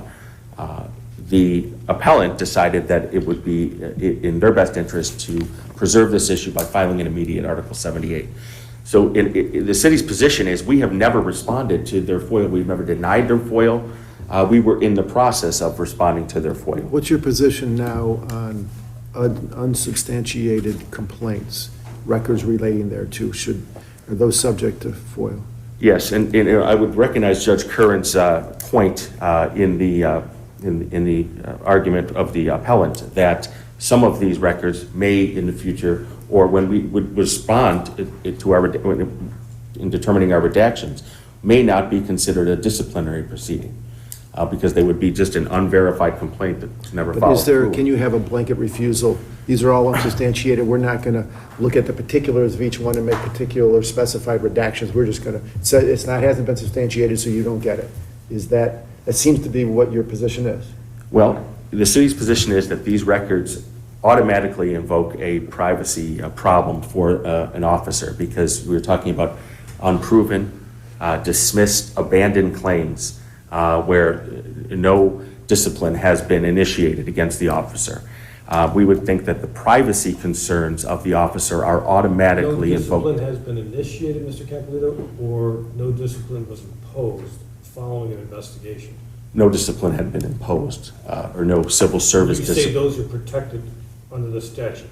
They certainly meet the statutory definition of law enforcement disciplinary records because they are in furtherance of a law enforcement disciplinary proceeding that ultimately did not result in the imposition of discipline. That's correct. So they meet the definition. But you're saying because no discipline was imposed, they're protected, right? Yes. Don't go with me if I'm wrong. But that's how I understand your argument, and I don't see that anywhere in the statute. Now, we're talking about the statute being The unsubstantiated claims as you just defined them, that is, you went through the process, an investigation, so there was a law enforcement disciplinary proceeding, is how I understood your point. Okay, so you're saying there was such a proceeding as defined in the FOIL, and no discipline was imposed. You're saying that all those records, because no discipline was imposed, come under the category of unsubstantiated. Is that your argument? Well, my argument is yes, Your Honor. They are abandoned, they are unverified complaints against an officer, and no discipline has been imposed. That's not consistent with the amendments to Public Officers Law, Section 86, Justice Kearns quoted from a number of times. Law enforcement disciplinary records includes, but not limited to, complaints, allegations, and charges against an employee. If they have to be substantiated, then that definition doesn't fit there. It seemed to me that the city of Rochester and the city of Syracuse were arguing this as though 50A is gone, that's the only change, ignoring the changes in the public officers law as well that were instituted simultaneously. Well, Your Honor, what we're saying, what our argument is that the personal privacy protection that's afforded under 87B2 would automatically attach to this. So, again, this was revoked in 2020, the summer of 2020. The statutes and the court holdings are rare and sparse across the They state. say, I've read the cases, LaRocca and others, the cases you're relying on for this privacy exemption. Even in those cases that all dealt with employees of school districts, it was a case-by-case situation where they looked at the complaint and see what should be redacted or not. It was not a blanket refusal to turn it over. Do you disagree with the reading of those cases? I don't disagree, but again, we're in a new era where there is no protection for the police records automatically pursuant to 50A. What we believe is that since these accusations have been determined to be unfounded, and they automatically invoke the privacy exception. And whether this document is redacted 100% or a blanket general protection, personal privacy protection should attach, that's what the city's argument is. Thank you very much. Thank you. Mr. Hodgkin, you can argue the Syracuse case now if you wish. This is 690. Yes, Your Honor. So, Your Honors, I will just point out the differences between this case in Syracuse and Rochester after I point out the similarities, which is that Syracuse has taken the exact same position that Rochester took. It issued a blanket categorical denial of every part of every record associated with a complaint that did not result in discipline. And for all the reasons we just discussed, that invocation of the privacy exemption was inappropriate. What's different? Syracuse does raise a waiver argument here that I just do want to address briefly if Your Honor has questions. Preservation Preservation / they call it waiver sometimes. You would They say state, that you would say that it was certainly in your memo of law, if not your petition, and yes, it was in our administrative appeal. It was throughout the factual record. We were very clear that if they wanted to propose redactions to address any valid privacy concerns, they should. I want to quote the record at 92 where Syracuse's own administrative denial says, quote, "The NYCLU also challenges that SPD made no effort to redact relevant records to enable them to be produced despite the personal privacy concern," end quote. That is from their administrative denial of our initial administrative request. So as a factual matter. even their denial mentioned redaction. Exactly. Okay. And then as a legal matter, of course, I do want to be clear, and this court has stated it repeatedly and reaffirmed it, it is the burden of the responding agency to either produce records or portions thereof. That is the statutory language of 89(2)B. It is their burden to consider redaction and to turn over any material that is not covered by the privacy exemption. Mr. Hodges, just for my benefit here, real quick, I'm moving beyond the preservation thing just for now for me. What I see as different here in this case is the idea that open claims of misconduct, you're seeking those too. That is where it hasn't gotten to the point of imposition of discipline. And how I interpret your request, and if I've got this wrong, I'd like to know. Sure. Is that you're assuming that it meets the definition of law enforcement disciplinary record because it's in furtherance of a proceeding, right? Yes. So there's a proceeding pending, is how I understand what you're looking for. Yes, and also, as a default, it is presumptively open unless an exemption applies. Putting that aside for a Yes. second, you could see how that would be very troubling for a lot of folks to have an open, undetermined disciplinary proceeding, have access to those records, right? That's very troubling here. But you're saying categorically, just because they're open, is not a good enough response. As to what actually gets produced once you go through the process of, I mean, for all we know, there's a law enforcement proceeding possibility. I mean, what if you try to get the records from the AG's office? You know, good luck. So what if you're trying to get from the DA's office? So there's that possibility. There's also the possibility of interagency or intra-agency. But in terms of how we define that, if we ever have to in the future, that's not before us. No, what's Do I have before that you right? is the categorical sweeping denial. And regardless of the open status of any of these complaints, it's a matter of redaction in the first instance and then figuring out if there are any disputes about what they've redacted. What's also not before us is the alternative ground that Justice Nera relied on, is that you have open claim as opposed to unsubstantiated. Open, there are several other possible grounds to deny the request, one of which would interfere with Public Officers 87-2E. The release of the information would interfere with law enforcement investigations. On that, I do, sorry. But, so that may be a ground to not disclose, to not turn it over, but that wasn't the basis of the denial here. So that one, Justice Neri can't rely on that, and we can't rely on that. Exactly. Under Court of Appeals precedent Medeiros, they did not raise it, and so the court cannot rely on it. If it's before us, it seems like a legitimate objection. I mean, at that point, it becomes a case-by-case basis where you would have to look at the specifics of what they could turn over and what they couldn't. But here it is not before you. They still couldn't do a blanket. They would have to show Exactly. why this would interfere. This is where we are. If we release it and the public hears about it, it might affect witnesses. They would have to make that in each and every case. Yes. Okay. Which is, again, how FOIL disputes commonly and have always worked for decades and decades. And the same is true of the interagency exemption, which, of course, there are carved-out materials that need to be turned over when the interagency exemption is invoked, and it's again a question of redaction on a case-by-case basis. So what's at issue here is only this broad, sweeping, categorical denial, and the answer is that both Syracuse and Rochester needed to do more and need to do more because the FOIL... Presumptively disclosable. Exactly. Thank you, Your Honor. Thank you. Mr. D'Agostino. Good morning, Your Honors. Mary D'Agostino for the City of Syracuse and the Syracuse Police Department. I just want to first address that preservation issue, at least with respect to open complaints. And I do agree with you, Justice Lindley, that the law enforcement exemption is not properly before this court. But in terms of the interagency exception, that's not properly before this court for a different reason. And that's because if you look at their administrative appeal, they seem to be suggesting that they're... I'm sorry, Ms. D'Agostino, you're on interagency or intra-agency? The intra-agency exception. Did you assert both? That was asserted at the administrative appeal level by the Both. City of Syracuse. Inter and intra. Intra. I see intra being more applicable. for Intra, my I'm sake. sorry. I'm not trying to pin you down too much, but just so I have for my notes. Correct. So, but even if we said that was properly preserved, we didn't go through the document by document review to see whether or not it fulfilled the purpose of the interagency exemption, which may or may not apply here. So whether or not that's a legitimate exemption, how can we judge that on this record?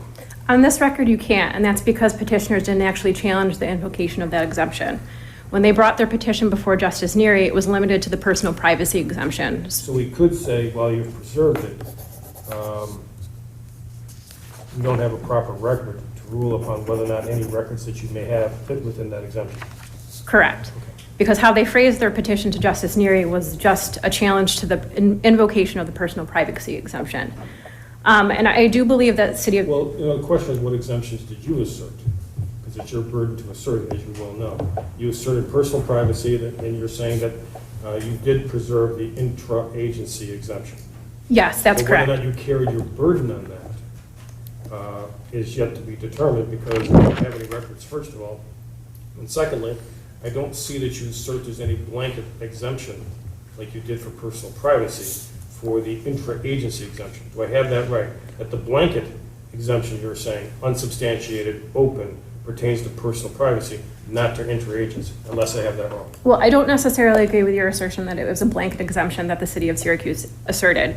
When they received the FOIL request, what they did was let me back up. Before they received the FOIL request, they went to the Committee of Open Government and said, hey, if we get a FOIL request for unsubstantiated and unfounded complaints, do we have to disclose those? And what the city of Syracuse was advised by the Committee on Open Government, the agency that's charged with interpreting the statute, was that if a complaint is unfounded or if it's unsubstantiated, it does not have to be disclosed. And that follows 20, 30 years of precedent from the Committee on Open Government. Now, I understand your position with respect to LaRocca and other cases and having to deal with education law records, but that precedent is what the Committee on Open Government relies upon when they're advising municipalities and their obligations under FOIL. And in this case... But now we have a new statute in terms of the definitions of law enforcement disciplinary records and law enforcement disciplinary proceedings. There's no precedent that they relied on for 30 years that could apply to that, because that just came in 2020. So that's really, I mean, whether or not it fits within those categories, I think is maybe for another day, but anyways, go ahead, I'm sorry. No, that's fine. I would agree with that. But when the Committee on Open Government, when they advocated for the repeal of 50A, what they indicated is that public employees would be put on the same footing as that police officers would be put on the same footing as other public employees. And what the legislative memorandum said was because FOIL already contained provisions allowing an agency to withhold information, I'm paraphrasing, whose disclosure would constitute an unwarranted invasion of privacy, 50A was unnecessary and can be repealed. That's what the legislative memorandum said. So when the city of Syracuse received that guidance from the Committee on Open Government, and when they received this NYCLU FOIL request, they looked at those records and determined that there was no possible way that they could redact those records in a manner where they could disclose them without implicating considerations of personal privacy. That was the determination that the city of Syracuse made. Now, along the way, it seems that the petitioners have kind of shifted their arguments.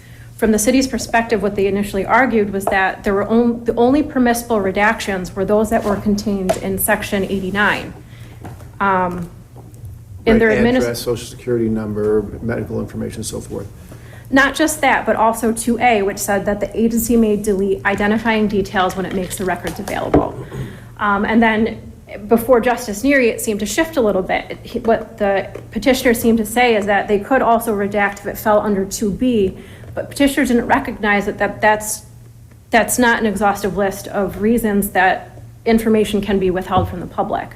So what the city did here was comply with their obligations under FOIL by getting the Committee on Open Government opinion, which said, and they've, like I've said, they said this for 20 or 30 years, if a complaint is unsubstantiated or unfounded, disclosing that alone can be an unwarranted invasion of personal privacy. Unless the court has any other questions on the issue, I just want to turn to attorney's fees really quickly. Now, I understand that attorney's fees are now mandatory under the statute, but this is not a situation where there was no reasonable basis for the city to deny disclosure. The city reasonably relied on the committee's opinion, and unless the court has any other further questions, I'll rest my brief. Thank you. Thank you. 686, Eric Chambers versus Town of Shelby.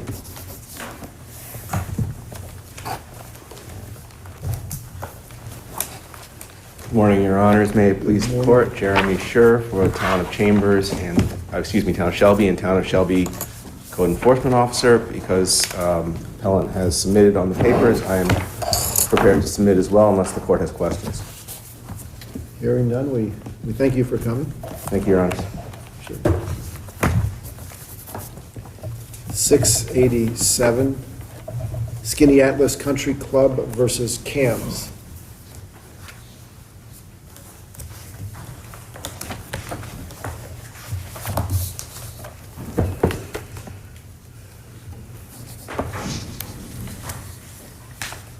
Good morning, Mr. Cams. Good morning. May it please the court. Peter Cams for the appellant, Olivia Cams.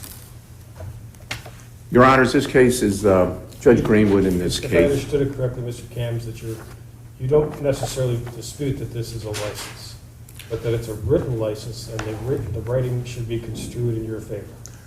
Essentially, Judge, agree. However, as was pointed out by Judge Hafner, whose order is not before the court, but which is part of this record, this is a little bit of a unique license. Mrs. Cams, back in 2000, was a member and this was also pointed out by Judge Hafner, was a member of the country club. This is not your typical license. In order for the country club to create these slips, they had a capital campaign.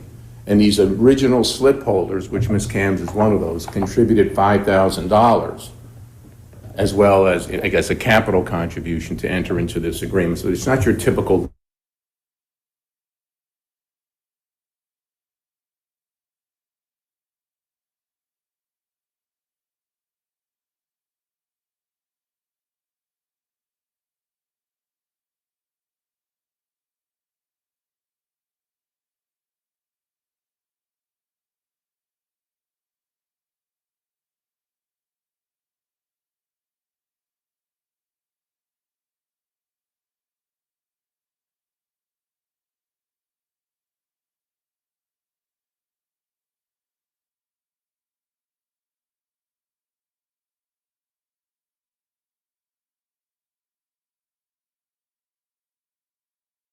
Recording in progress. They raised it 252%.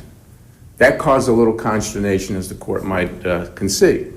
Sandy Gelston, who was a member, who had the identical agreement that the original slip holders had, took them to small claims court. Right. He lost in small claims court. Judge Hafner, and it appears that Your Honor is well aware of that. Your client wanted the benefit of that as well. Correct, Judge. And then that prompted them to terminate her. Yes. It sounds like the gist of your argument is that even though it's a license, I think you would agree that a license generally can be terminated by either party, but here it's different in your view because it expressly gives one party the right to terminate and it's silent on the other. And that's what makes this different? Is that? Not necessarily, Judge, because in fact, all of the case law cited by Judge Greenwood and Skaneateles Country Club does not stand for the proposition that all licenses are terminable at will. All of the cases, the American Jewish Theater case, the Union Square case, all of the cases cited, the Infertility versus Verizon case, which was relied upon by Judge Greenwood, they all had either a right of revocation of the grantor, they actually had a revocation clause, or in the Infertility versus Verizon case, which Judge Greenwood, relied upon, was an oral agreement. There were no terms. In that case, Verizon had, unbeknownst to the infertility clinic, laid telephone cable. When the infertility clinic objected, the court held that there's no writing, this is a license, there's no terms because it was oral. What's called in law the naked license, that is. Exactly, Judge. A parole license, that's terminable at will. Exactly, That's the Judge. point. So, Exactly. But to my point, as I understood it, was you're saying construe the written license. Exactly, Judge. And Justice Lindley was on that point a second ago. If Yes. you construe the written license, you want to invoke that Latin phrase about how you include the one and exclude the other, but Yes. that hasn't been mentioned. Yes. So by including all these references to your client's ability to terminate or to lose the right to have the license. Exactly. By not defining it otherwise. Exactly. You would say we should construe that agreement to prohibit termination at will. Exactly. And ironically, Your Honor, Judge Greenwood, who cited the Haynes versus New York case, which was a case about a sewage treatment plant, and a developer wanted to connect to that treatment plant, but wasn't allowed because it would overload the facility. Okay? A license had nothing to do with it. But what the court did say, and it's cited in my brief, and cited in that Haynes opinion, that when duration can be reasonably inferred, the agreement is not terminable at will. And clearly, when you look at this written agreement and the terms of termination, which set forth what Ms. Cams may do. If your client violates the rules. Yes. Ceases to be a member. Yes. She gets her $5,000 back provided somebody else picks it up, right? Correct, Judge. But here, there's nothing in the agreement that says she gets that money back. That's correct, Your Honor. In theory, it doesn't. So a month after putting the $5,000 in to sign this agreement, the country club could have turned around and said, you're out of here. Exactly. And you would say that makes no sense. It makes no sense at all. It also makes no sense because, again, all of the case law, the American Jew, all of those case laws had termination clauses at will. If there's, the error here is a blanket rule being applied that Judge Greenwood did not look at the terms of the agreement. He did not look at all the record evidence that says she has a right to use this unless she violates rules, for as long as she's a slip holder. That's what it says. And by applying a blanket rule that just because it's a license, therefore we don't look at the terms, is absurd. Because if this court upholds such a ruling, then every license in the state of New York, despite whatever the terms say, every grantor of that license can tomorrow revoke it at will, which is absurd. We understand your argument. Thank you, Judge. Good morning, Brian Butler with Skaneateles Country Club. On that issue, since the question about whether this agreement is a license or not is conceded by the appellant, it is a license. It's a written license, and there's nothing. So, using my example, could you have taken her $5,000 or the $5,000 or any of these other slip holders initially and terminated it a month later? If it's a license, then yes. The answer is yes. That's not. Irrespective of the agreement, which says it's terminated if you cease being a member, if you don't obey the rules. So what the agreement simply provides is that if Ms. Cams decides to terminate the agreement, she can get her $5,000 contribution back. It doesn't curtail or impede the club's right to terminate, the club's common law right to terminate the agreement as well as the licensor. Any and all agreements? Pardon me? Would you say that common law right of termination at will that would pertain to a naked license, does that permeate every written agreement, irrespective of its terms? Every license would be revocable at the will of the licensor. Irrespective of its terms? Well, no, Judge, not irrespective of its terms. Question, I'm sorry to talk over, but just to make questions clear if I didn't say it right. A written license. Right. Are you saying that the common law, so to speak, trumps that in every instance to provide that license, because it's a license, is terminable at will, irrespective of the content of the written agreement? Well, Judge, I would think that if the license contained a provision preventing or restricting the licensor from terminating the agreement, then that would be the case. So it wouldn't be irrespective of that. Here, there's no such restriction on the licensor's common law right to terminate the license. And this goes back to very well-established real property law. And I think the court in the Willow Tax versus Democopoulos case expressed this policy. It said the policy of law favoring unrestricted use of realty requires that where there is any ambiguity, that the right should be deemed a license revocable at will by the grantor. So we have particular types of agreements that relate to real property. We have leases. This isn't a lease. We have easements. This isn't an easement. We have grants of fee simple estate. This clearly isn't that. So it's a license, and for at least the cases that we've seen, the history of New York, courts find that those licenses are revocable at the will of the licensor. You make an interesting point that I hadn't really thought through. That is, because you have the common law right for a naked or parole license to terminate will, you're saying that the law in New York is that in every situation when you do a writing, you must expressly limit, modify that common law right. That's the law. That's correct. And there might be other circumstances where, there's an explicit time limitation in the license where you say, hey, for example, this case, you have an agreement to use this slip from June 1, 2000 to June 1, 2001. Pardon me? It does say that. You're allowed to use it for as long as you remember. It doesn't say that. It says she can terminate the agreement and that it terminates automatically once she is no longer a member. But there's no explicit time limitation in that agreement, and there's no restriction on the right to terminate. There's no restriction on when or for what reason the marina can terminate. That's correct. And that's under the common law, and this agreement does not specifically change or limit the owner's right to cancel. That's exactly right. There's nothing in that agreement which prevents the club from its common law right. And now your opponent argues the fact that because there's this $5,000 issue, that we should read that as some limitation on the club's right to terminate. You don't agree? No, that was the initial contribution in order to have this right in the first place to occupy the premises to occupy the property, and that is returnable upon termination of the agreement. And in this case, I know it's not in the record, but once this was terminated, a check for $5,000 was tendered to the plaintiff, so that's not an issue in this case. Thank you very much. Thank you.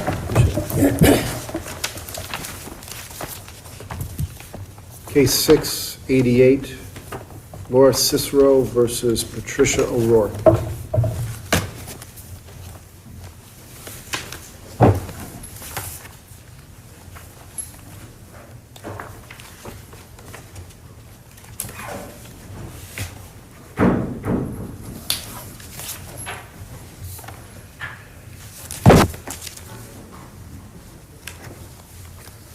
Kaiser? Good morning, Your Honors. Matt Kaiser for the appellant, Laura Cicero. And just at the outset, I think it's important to reinforce that this defendant, Patricia O'Rourke, did not own this dog. And I feel like I have to make that argument because that's an argument that's raised in the respondent's brief.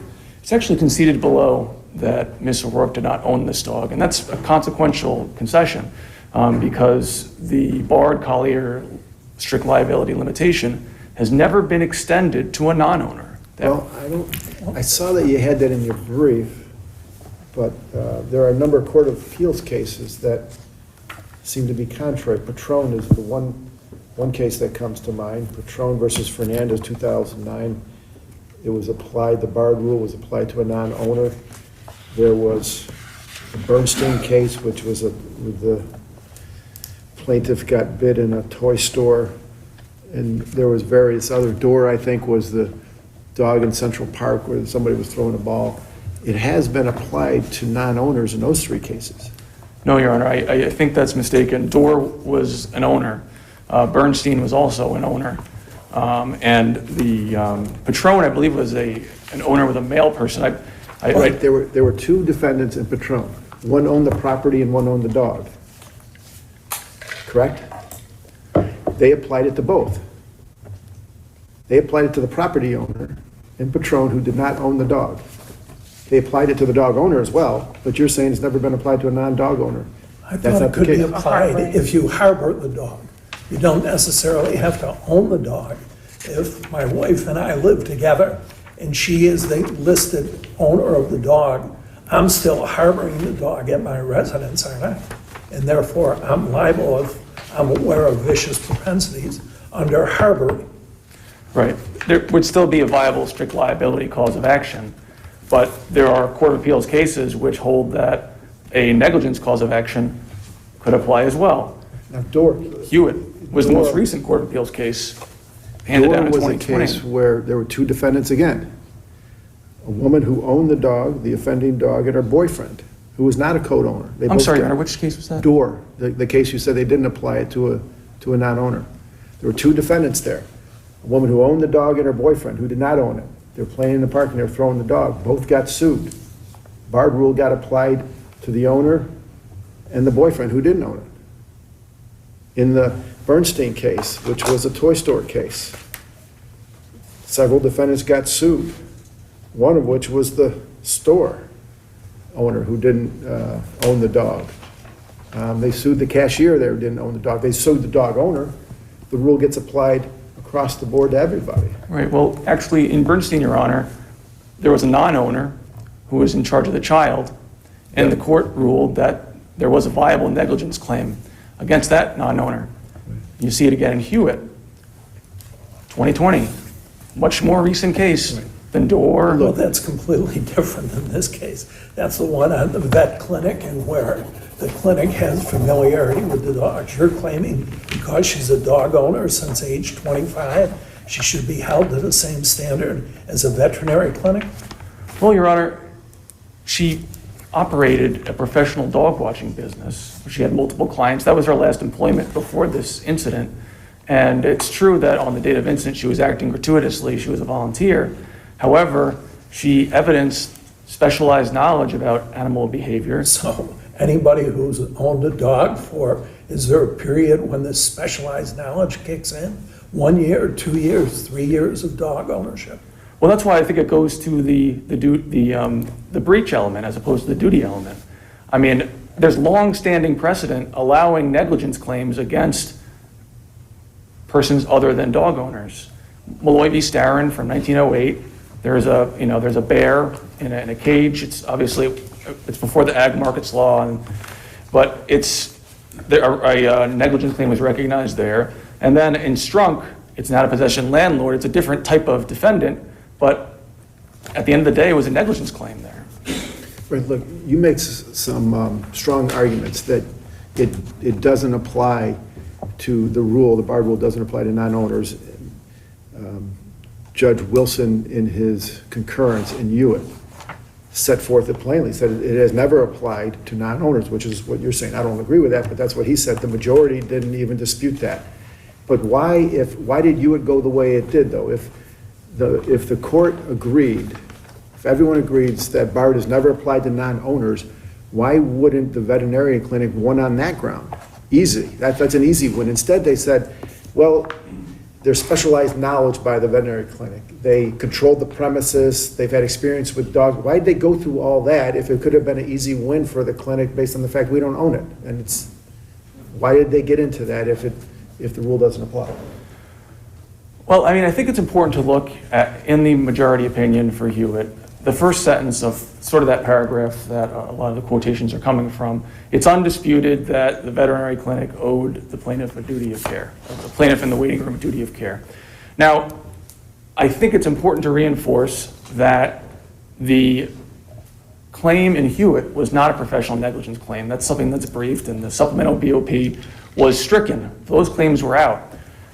It's basically you're bringing a distressed, agitated dog into the clinic, and you know that you're creating a potentially volatile situation, which is not unlike the facts in this case, where we have, again, her last employment before this incident, she operated a professional dog sitting business. She explained, and the exact mechanism of injury, that you can't, subject a dog to too much too fast. When a dog is in a new environment, exposed to these sort of stressors, I wouldn't be surprised if these sort of injuries would result. So your argument is twofold. Is one, the BARD rule, notice of prior vicious propensities, doesn't apply to non-owners. But in the alternative, and we would have to overrule, because all four departments of the Appellate Division go the other way on that. We would have to disavow Hargrove to get to where you want. But even if we did, or even if we rule against you on that, your alternative argument is that this case fits within the Hewitt exception for somebody with specialized knowledge. So you have two ways you can win here. Well, I mean, again, and that's the thing. Because if it doesn't apply in this case, then it really is just the vet rule. It really is just the vet rule. And vet clinics are this unique defendant, and it wouldn't apply to dog kennels. Could it apply to dog kennels? I don't know. It's one of those things where I think if you really look at the language in Hewitt, they're analyzing the element. I believe it applies to any dog owner, Hewitt, and you can have a negligence claim.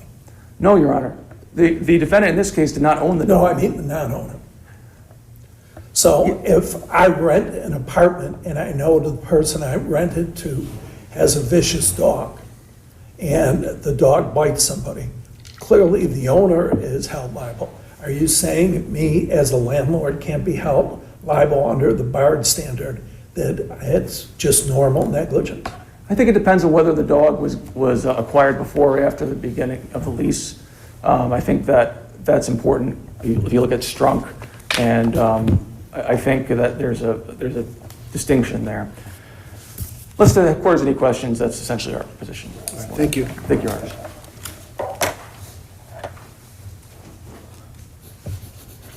Good morning, Your Honors. Justin Hendricks on behalf of defendant respondent O'Rourke. The court has certainly addressed most of the points I was going to bring up. I'm certainly happy to answer any specific questions, but it seems like you guys have a handle on it. Right, thank you. Thank you. 691, eGate 95 LLC versus Fitness International LLC.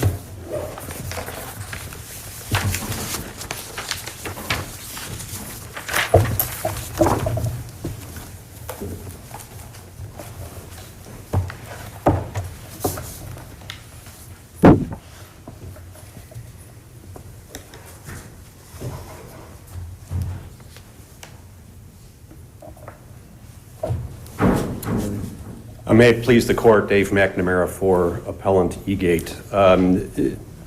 At issue here is whether the tenant, Fitness International, had the right under its lease with Egate or under the law to exercise self-help by unilaterally discontinuing the payment of rent during the period of state-mandated temporary pause in its business. Counsel, is that really what this case is about?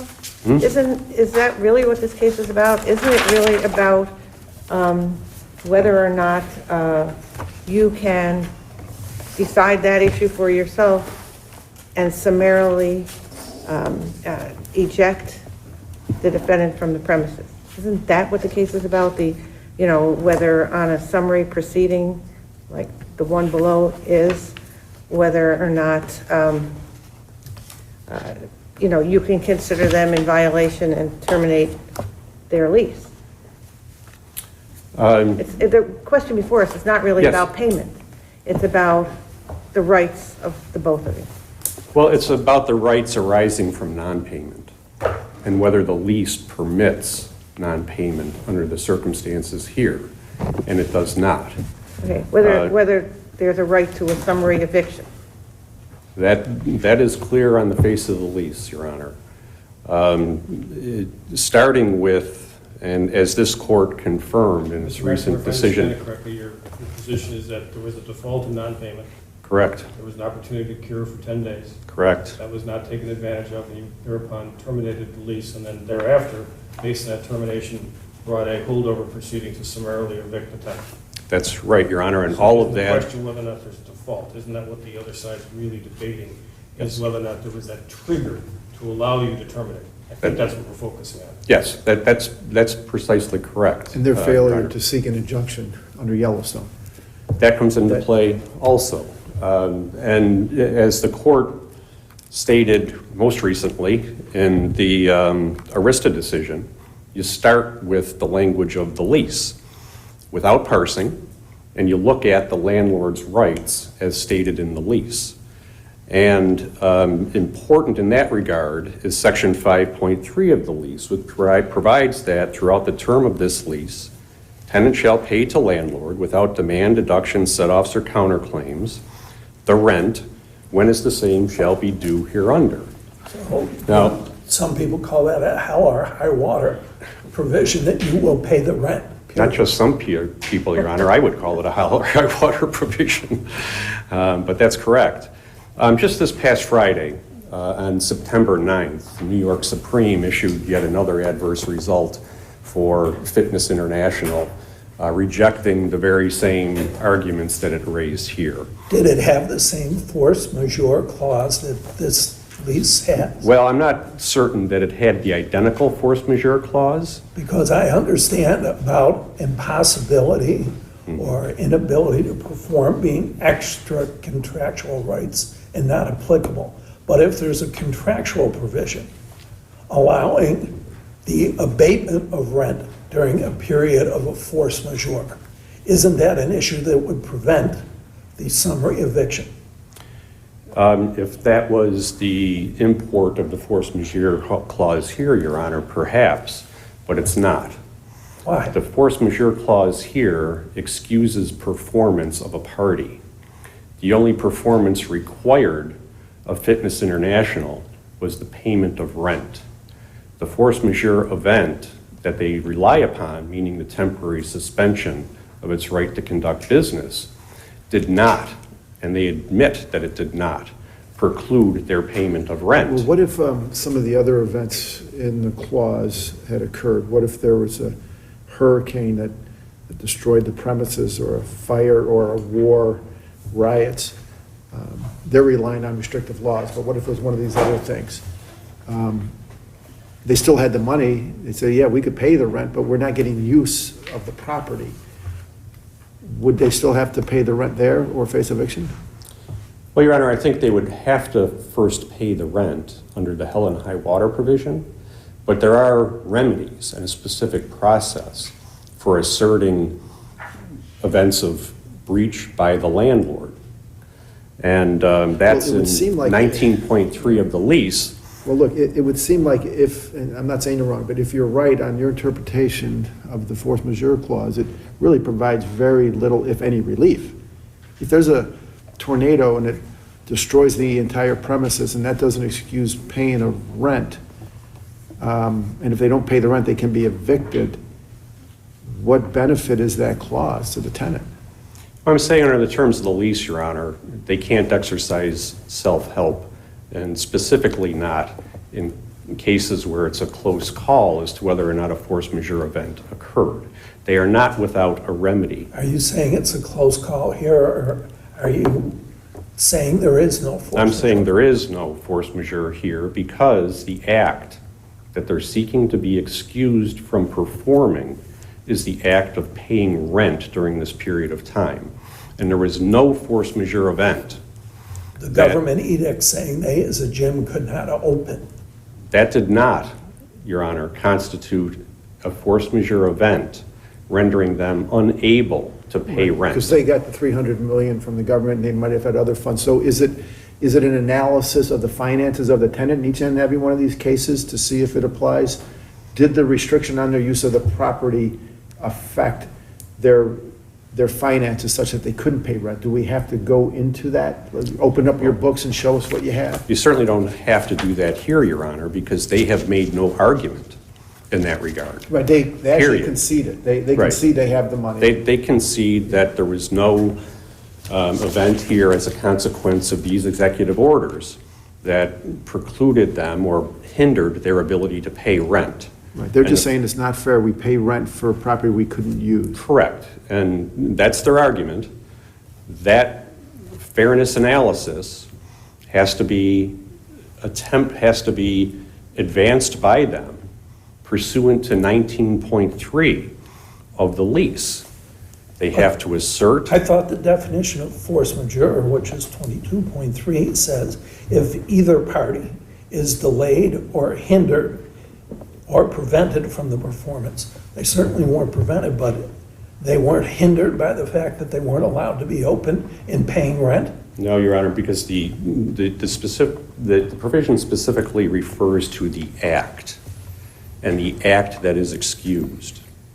And the act here that they're seeking to excuse is the payment of rent.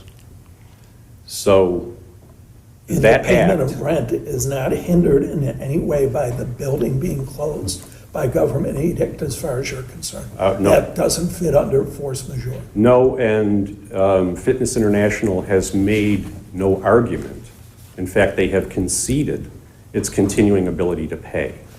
What they've argued, wrongly, is that they had no obligation to pay as a consequence of the executive orders.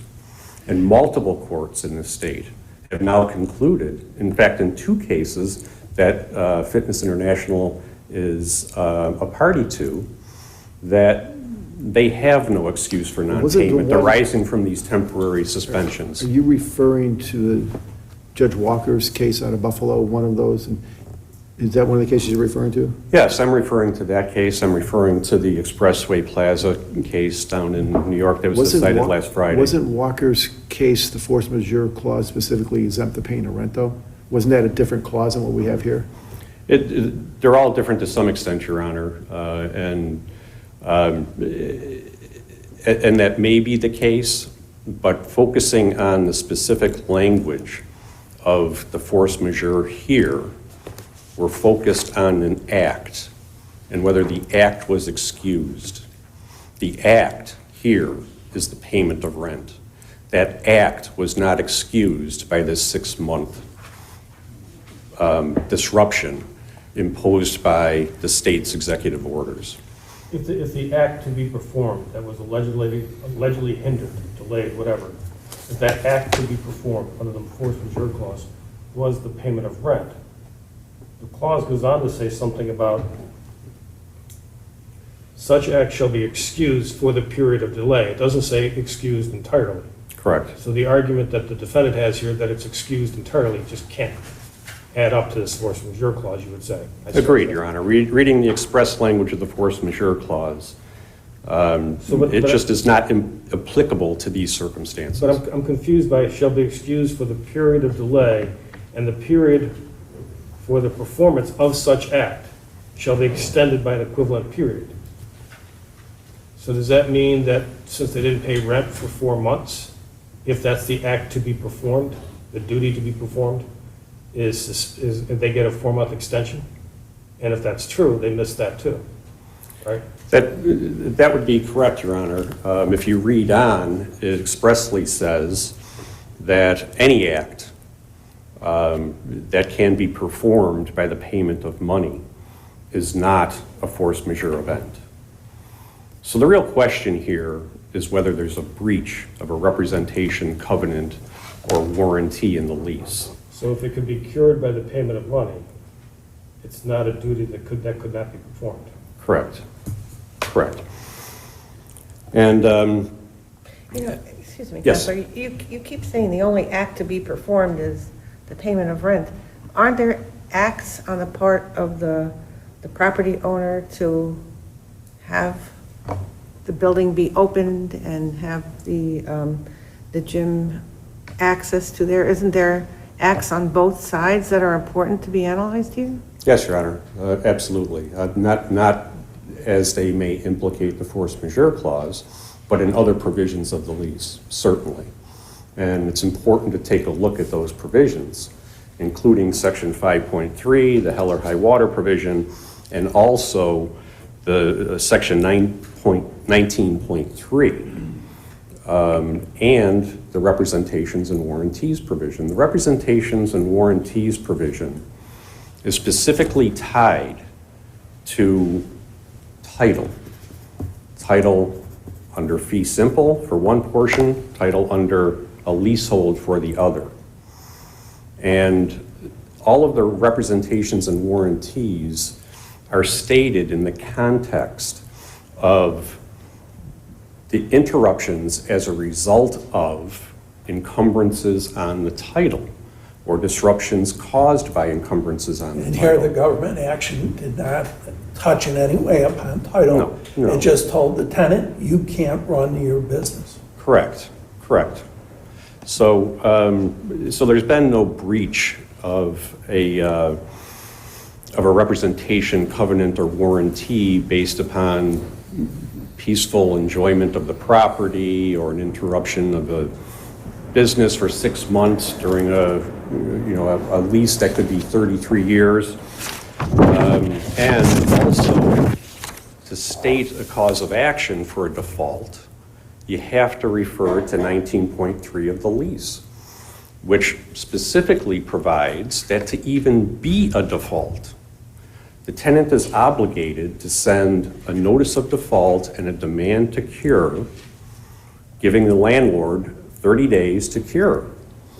And absent the expiration of that 30-day period to cure, there is no default, period. We understand. Default in the landlord's performance. Default in the landlord's performance. Correct. No default in the landlord's performance. Counsel, your time's running short, so you may want to sum up at this point. Okay. So in sum, Your Honor, the rest of Fitness International's arguments are addressed in our briefs. I would just say in conclusion that this court's decisions in Arista Development and McLaren most recently broadly state the law with respect to whether or not these temporary disruptions constitute frustration of purpose. They do not, as a matter of law. We've discussed the force majeure clause, the redemption issue under RPAPL Section 761. We never even get there because the lease has been terminated, so there is no right to redemption. And their arguments with respect to payment of rent and whether or not they resumed payment of rent after the lease was terminated and whether or not that constituted some waiver of the landlord's rights here is really without merit. They admit that they remitted rent and that checks were sent back to them each and every month. And for that reason, they didn't cash them, so they say because they didn't cash them, landlord retained it. Not a valid argument at all. So for the reasons on which Fitness International lost in the Amherst case and in the Expressway case just last week, the lower court should be reversed and Just so I'm clear, what was the basis the lower court said you lose in this case? Well, the lower court said that it relied upon the Benderson versus Kamenko case primarily, it appeared. It wasn't really clear. Which was a breach of a warranty in the lease as opposed to... Yeah, a completely different case. And it also said that the result would be draconian. So the court didn't Which it's rely not. on the force majeure clause? It did not. Did not, Your Honor. Thank you. Thank you. Mr. Phelan. Good morning, Your Honors. Actually, good afternoon, Your Honors. May it please the court, Grant Phelan on behalf of the respondent, LA Fitness, also known as Fitness International. At issue here today, Your Honors, is a commercial lease where for a 6-month period of time, there was no ability to use the property at all. And that's important. We're not talking about situations that were argued. Well, there was no ability to use the facility or the property as a gym. Correct. Correct. And what we have here, Your Honor, is a lease that was expressly entered into for operation of a gym. If you start with section 1.9 of the lease, it says the parties agree that the tenant will use this property as a fitness facility or gym. It goes actually further than that, because what it says in 1.9 and what is critical here is that it says that tenant shall have the right to use the property as a fitness center or gym. That's just the very first representation, warranty, and covenant, a promise, a guarantee that landlord made to this tenant to be able to use And how this did the property. landlord breach that guarantee? Well, so here's the thing. What they would like to say is that we didn't prevent you from using the property. That's actually a red herring, Your Honor, because what this promise was, and if you look at 1.9 and 2.2, because 2.2, you read all of these together, but first they say you shall have the right to use the property as a gym. They then go on to say, our title, right, our ownership, right? I know counsel would like to talk about the title reports and that sort of thing. That's not what title means. Fee simple title in this state is synonymous with ownership. You're saying, I own the property. Now, what did they say about that ownership? All such title shall be free and clear of all conditions and restrictions. Now, there are other things that they promised it would be free of, but those are the ones that I think the court needs to focus on because those are the ones that the state imposed. This isn't a case of whether or not they should have made the promise, because part of that promise would be beyond their control. They did make the promise. And the promise was that there would be no restrictions, and this is critical, which might in any manner or to any extent prevent or adversely affect the use of the premises by tenant for tenants. So that would apply regardless of fault by the landlord. So if it's correct, if it were a fire caused by the tenant, if it were a fire caused by a third party, sure, then the tenant wouldn't have to pay rent here, even though the landlord didn't have anything to do with the fire or do anything wrong. Well, and Your Honor, you raise a great question. In that instance, we wouldn't have to pay rent, but there's also a separate section of the lease, 15.3, which speaks to abatement in the event of a casualty. See, what this lease does is really set up a situation where, because of the nature of our business, right? We operate a gym which requires people to develop habits, to come in daily, weekly, monthly. We all go to the gym, or we make pledges January 1st to go to the gym. And what science tells us, if we don't make it those first 2 weeks, we're just paying for a membership. We're not actually going. So these specific provisions were put into this lease specifically to ensure that my client would have the ability to use the property. Not to occupy it, not to possess it. We weren't leasing a warehouse. We were leasing, and we've paid millions of dollars for the right to use this property. It's not feasible to convert in a short period of time to some other use. You couldn't, not that there were a lot of other uses during the pandemic you could have, but you used the word, you said that rent would be, is it your argument that abatement should apply here or cancellation? In other words, your client seeking is admitting that they should pay the rent when they're financially able to do so, or are they trying to get out of the obligation altogether? No, Your Honor, and that's a great distinction as well. And it goes on a further distinction with respect to all of the cases that are cited by landlord. We believe that based upon the temporary frustration of purpose or the breach of these specific representations, warranties, or covenants, or the force majeure clause, which is set forth at 22.3, that our obligation to pay rent during that specific period of time when we can't use the property for that 6-month period is relieved. Now, Entirely. Entirely. You never owe. We don't have an obligation because we didn't get the benefit of our Where does it say bargain. that in the force majeure clause? So in the force majeure clause, what's interesting I don't read it that way, just to give you a heads up, Mr. Phelan. I But appreciate that. it seems like I don't see anything that says excuses for all time the payment of rent or anything like Well, that. what it does say, and I just want to make sure that I have it in front of me, just so that I don't misquote it, but, and I'll be the first to admit that these two very sophisticated entities did not do a great job. Because we've seen force majeure that says, and the rent shall be canceled. And we've also seen force majeure clauses, like in the Amherst case, which says that this will not excuse rent, which doesn't exist here, right? The clear distinction between the Amherst case, which they're relying upon. But let's get to the language Right. here. So here, let's go what right- it says. Let me go right, I've got it right in front of me as well, Okay. Mr. Phelan. So it says, if either party, blah, blah, performance of any act. Mr. McNamara says the act that was hindered, prevented, or delayed, according to your position, as they understand it, is the payment of rent.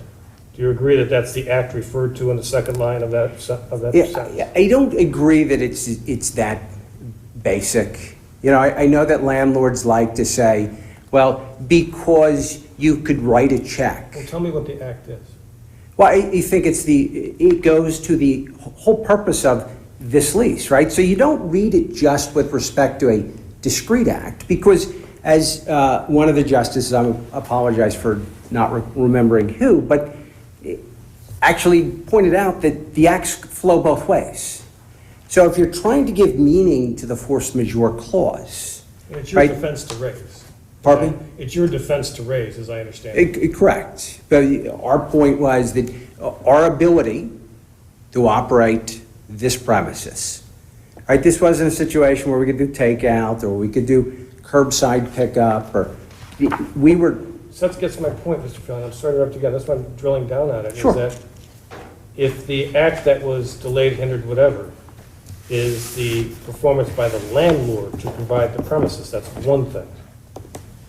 But then if it's the non-payment obligation or performance that you have, that's a different thing. It seems to me it's one or the other here. Am I right? Well, I think it can be both, Your Honor, because again, this pandemic impacted both parties. But here, if you're looking to what the parties intended, what they said was that shall be excused for a period of delay, and the period for performance of such act shall be extended for an equivalent period. Now, that pretty clearly means it's not excused for all time. Well, It's just extended. But I think the appropriate way to interpret that language. And it's the way that it was interpreted. I believe it was the Illinois case, but I'm not, it was out of Washington. I've been around the country a lot and making these arguments. What the court there did was, because you'll never get back April of 2020, you'll never get back May of 2020.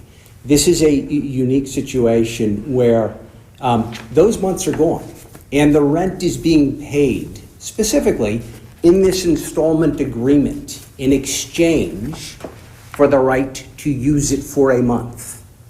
Right? So we write this check on the first day of the month, and we've been doing it now for the last 18 months consecutively, and they've taken it for the last 18 months consecutively. And in turn, we're supposed to get possession and use, the operative word being use, of the property for that discrete period of time. We can never get that back. And so what the court did in either the Illinois or the Washington case, I don't recall which, was said that the appropriate thing and what the parties intended by extending it was to add months onto the end of the term. In that way, landlord gets the benefit of its bargain. It gets a tenant paying for times when it's using the property, and tenant gets the benefit of its bargain. It pays for those times when it can use the property. So I think that's the appropriate way to analyze that section of the That's list. if the provision of use is the act that was not performed. And if that's true, then the other point that Mr. McNamara made a second ago was 22.5. That is, if you claim that there's a default by the landlord, you too have to give them an opportunity to cure, and you didn't do that.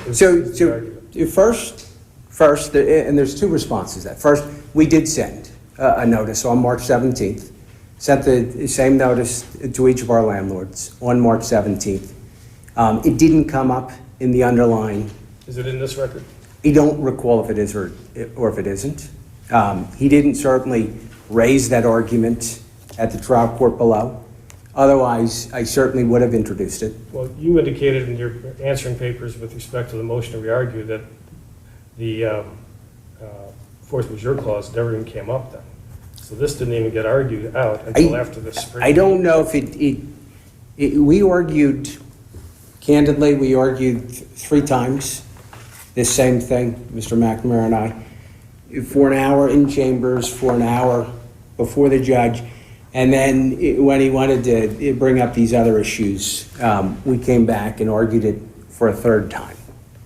This is the 4th time. So I don't know specifically if it came up, but what I do know is that there was never any suggestion that we didn't provide them notice. Notice would be futile and this is meaningless anyway. Exactly, because there was nothing they could have done, right? And the same reason why we believe that these carve-outs for force majeure didn't apply, because there was nothing that could be done. There was no money that could be paid to get the governor to change his ruling, right? Which was that this specific group of commercial tenants will have no access, no use, no ability to operate. You know, this wasn't the situation for convenience stores. This was not the situation for supermarkets, right, which were able to operate. It wasn't the situation for the Gap. You know, I know that counsel referenced all of the. If you actually take a look at those Gap cases, what are unique about them and which are critically different are 2 things. First, they were seeking rescission under frustration of purpose. And in that case, the court properly said, well, if you're going to try and terminate a lease, right, under Section 265 of the Restatement of Contracts, well, then we'll look to how long you were interfered with how long the lease is. And they said, look, you're not getting out of a 10, 20, 30-year commercial lease, rescinding it because you were interfered with. What they didn't argue was Section 269 of the Restatement Second of Contracts, which specifically speaks to temporary frustration of purpose, which speaks to those instances where on a limited basis, the very reason you went into the agreement has been destroyed. And there's no doubt here that the reason we went into this was destroyed for a 6-month period. 269 applies. The other reason that the first department and those cases out of New York City were decided was because the GAF actually elected to close. If you actually carefully read those decisions, what the court said on multiple occasions was, you decided that this was unprofitable, that there were less people on the street, that there was nobody coming into your store anyway. You could do online fulfillment, or you could just close. In essence, trying to use the pandemic to their advantage. All my client, in contrast, has tried to do was get the benefit of its bargain, which was the ability to use the property for... Mr. McNamara suggests that your client is trying to take advantage of the situation as well, and that they received $300 million from the federal government for this very purpose, to pay workers, to pay rent, and your client took $300 million and now doesn't want to pay the rent. So, Your Honor, with all due respect, a couple of things. First, I don't think that was properly before the court, because what he did was pronounce some stuff off the internet. Right, and his client probably got a large sum of money too. The Benderson companies, I'm quite certain, did. But remember that this wasn't a PPP situation, right? So PPP, which was so famously rolled out in the shadows of the pandemic, required you to use the money for a specific purpose, and you got relief. You didn't have to pay it back. The Main Street lending program doesn't have that same feature. It's just a loan. So this was no different whether or not it was the government that backstopped the loan, or it was Bank of New York, or it was Goldman Sachs. The loan hasn't been forgiven. It has not been forgiven, and it won't be. My understanding is that we have to pay it back. And that's a distinction. All it is a loan. Whether it was a mortgage, whether it was unsecured debt, it's a loan. And that's why it's a complete red herring. This idea, and there were no restrictions, there was no, you have to use it for this purpose. You would agree, Mr. McNamara, that it wasn't as though your client was unable financially to pay the rent. They just didn't, they had the funds if they chose to spend it. Well, here's what I would say. I don't know that that's necessarily the case. On March 18th, we were required to close 750 locations and furlough 38,000 people. And we stopped charging membership dues. We stopped imposing any fees for subleases, right? Because those people couldn't use the gym. We weren't asking them to do anything other than what we wanted from our landlord. So I don't know that they had the money. The distinction is that's not the reason we're arguing today. I understand. Candidly, I don't think they had the money. But either way, I don't believe that that's an issue here. Time is running short. Understood. Counsel, let me just ask you a question. I'm sorry Sure. to take up your time, but I guess the issue here is, did you breach the contract with your landlord such that they had the right to summarily remove you from the premises? I mean, that's the question that's before us, not all these money questions. Exactly. And I think the court properly found that on the record presented by the landlord, that they didn't meet their burden of proof. Mr. Phelan, on that point, though, isn't there kind of an inherent inconsistency in Supreme Court's decision? Because if it says you can still get money damages, but you're not in default, how could the landlord get money damages if you weren't in default? Well, Your Honor, what I think the inconsistency can be explained by the fact that he said, you didn't meet your burden of proof here. But you still owe the money? He didn't say I owed the money. He said that you can maintain a cause of action, right? So that Mr. McNamara and I think we meet probably every 2 to 3 months with the trial judge to get a status. I think the trial judge envisions that he will give Mr. McNamara a second bite at the apple to see if he can prove a case against me. What is clear from the record is that he didn't prove a case. He didn't prove a right to summarily evict us from the property, and the underlying decision of the trial court should be affirmed. Before I conclude, I know that the issue of Yellowstone came up, and I think it's important that I not leave it left unsaid. I think what's important is if you look to the Bliss World case, which was a First Department decision, Yellowstone only comes into play if you need a right to cure. Right? We didn't seek a Yellowstone injunction because, candidly, we believed we were right. So with respect to the hearing before the trial court, it really was a non-issue. Right? It was something that didn't come into play because all it does is stay the cure period. Here, what the trial court determined was that for the purposes of their summary proceeding, they had not proven that we were in default. And that's what they were supposed to do. That was their burden of proof. They didn't meet it. The trial court decision should be affirmed. Thank you. Thank you.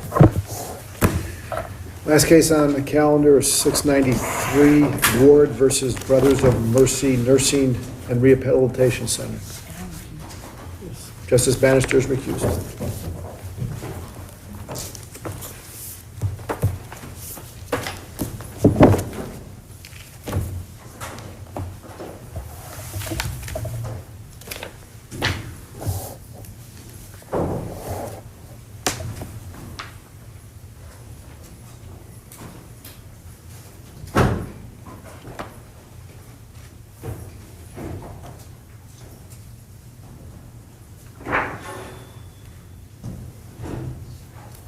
Good afternoon. The plaintiff is accusing Brothers of Mercy of allowing Mr. Iannello to fall, and that his fall on June 9th caused him a hemorrhage, and he ultimately died from his injury. In fact, the measures for fall protection were adequate, and there's no proximate cause. Mr. Iannello was 84. He had advanced dementia. He had a host of medical problems, including heart, kidney, lung, and brain. And he did have a history of falls because nobody can prevent all falls at all times. Well, let me ask you this. We understand all the facts. One of the plaintiff's claims, as I understand it, is that the Brothers of Mercy, they should have had one-on-one care for this gentleman. Your client says that's not feasible, that's not the standard of care. They have an expert affidavit from Dr. Schwartz, and he seems to suggest that it was possible here to have one-on-one, not for everybody in the home, but for patients such as this individual, and that there was a breach there for not having one-on-one, I guess round the clock. Oh, even Dr. Schwartz doesn't say that. I thought that's what he said. No, Your Honor, with respect, he does not say that, ever. I can't quote you the... Doesn't he refer to one-on-one necessary at times when he's disgruntled or at times when he's... Yes, Your Honor, and at times when he is physically and behaviorally unstable. Even Dr. Schwartz can't say one-on-one, 24 hours a day. He doesn't say that. So... but he does say periodic one-on-one for someone with this risk assessment, which was 20 or 30 on the fall risk, and anything over 10 is considered high. He is considered high fall risk. We did evaluate him. A care plan was put in place. We were aware that he was a higher fall risk. And Dr. Schwartz does not say, because Mr. Iannello is 30, 20, whatever he showed up on the scale, that means that he needed 24-hour care, or he needed it 12 hours, or he needed it during the day or overnight. He didn't say anything like that. What he said was exactly what you said, Your Honor, which is a little vague. He said, when he's a physical and behavioral unbalanced or upset, whatever he says. Right, well, that's not how, I'm looking at paragraph 49 of Schwartz's affidavit. It's on page 668 of the record. He says, while it is true that it may not be economically feasible for a nursing home to provide one-on-one care to all residents, they have an obligation to provide it to residents who need it. Not residents who need it at certain times. Not every resident at a nursing home needs one-on-one supervision or care. I have not seen any evidence or assertion that Brothers Mercer did not have or could not have the resources to provide one-on-one care to the decedent. He Your doesn't Honor? talk about one-on-one care at various times and not others. Could you tell me again the page you were reading from? Page 49, I'm sorry, Well- page 668, paragraph 49 of his expert affidavit. Well, the very last sentence there, the very last line, Brothers of Mercy should have had resources available to them to provide one-on-one treatment and supervision to Mr. Iannello, at least while he was behaviorally and physically unstable. So Right. Well, that- earlier in that paragraph, he doesn't qualify it. But he does at the end. If you read this to mean that Dr. Schwartz is saying 24 hours a day, all day, every day, all the time, well, we didn't have that. What we did have was one-on-one care on many, many occasions. I cite many of them in my brief specifically. But even if it's limited, Yes. he's saying at times of behavioral and physically, when he's unstable, Can I address that? they're saying that didn't happen here during those periods of time. He doesn't say that. He leaves it at that. He leaves it this with rather vague, when he's behaviorally and physically unstable. If you look at the time frame, around 11:40 p.m., June 9th was the incident. If you go back, on June 8th, he was found on the mat by his bed. He said, "Oh, I lost my balance." He wasn't aggressive. He wasn't upset. He was given within 15 minutes a neuro check. He had dinner that night. He was cooperative. He took his medication. Later on, around 8 o'clock, he said, "I'd like to go to bed," around 8. Overnight, 3 times, neuro checks, fine, no behavioral issues. The next day, more neuro checks, no behavioral issues, nothing about anything in the record on June 9th of any problem, any fuss, any aggression, any behavioral issue. So then, presumably, whether he's asleep or simply in bed, leading up to 11:40 p.m., there's no trigger that would require somebody to be in his room watching him sleep. Even Dr. Schwartz doesn't say that. Dr. Schwartz doesn't say, "Oh, look." What about his position that more should have been done to prevent falls rather than react to falls? That's not accurate. He does use the word, "it's all reactive." That's not true. What about that argument? It's not based on fact, which is a big problem with Dr. Schwartz's whole opinion. It's either not based on fact, or, which is similar, he ignores relevant facts that are in the record. So, it's all reactive. He'd fall and then he'd say, "Oh, let's do this." Well, But- wasn't it based on the testimony of Nurse Munn, who had said that you really can't prevent falls, you just try to prevent injury? Well, that's, if you read her whole transcript, I mean, if you pick out a sentence, you say, well, of course she's going to try and prevent falls, and later on she does correct that. Yes, certain things will prevent a fall. What she's trying to convey is, you can be in the same room with a person, he can fall. You can be walking next to him, he can fall. You can't always prevent a fall. You can always prevent injury, and they did. So as much as they say, oh, he fell so many times, he fell X many times, he never acknowledges 100% of the time there was no injury. But going back to the reactive, no, this gentleman had a care plan right off the bat. It had at least a dozen techniques or devices, physical therapy. But wasn't his concern that with all of those things, they weren't fine-tuned enough to his circumstances such that he's able to remove a Velcro belt, such that because of his dementia, he thinks he can stand and go to the bathroom, that those things required something to be specific as to him and fine-tuned as to him? Well, special. Dr. Schwartz said, oh, Mr. Ryan, I don't know if he used the word special, but that's what he meant. Not just a run-of-the-mill dementia patient. He has absolutely nothing to back that up. He was in a dementia unit. Everybody had cognitive problems. Everybody, I'm sure, had physical problems. Everybody had behavioral issues, presumably. Dr. Schwartz says, no, Mr. Ianello was special, and even so. And here's the big problem with Dr. Schwartz. It wasn't so much that he was special, but his safety needs required more. Here's the thing. All these things that Brothers of Mercy did for him, no good. Then Dr. Schwartz, tell us a device or a technique or a trick or a something that they should have done. What would have prevented the fall? Dr. Schwartz never, including with respect to one-on-one, never says, if only you had this, he wouldn't have fallen.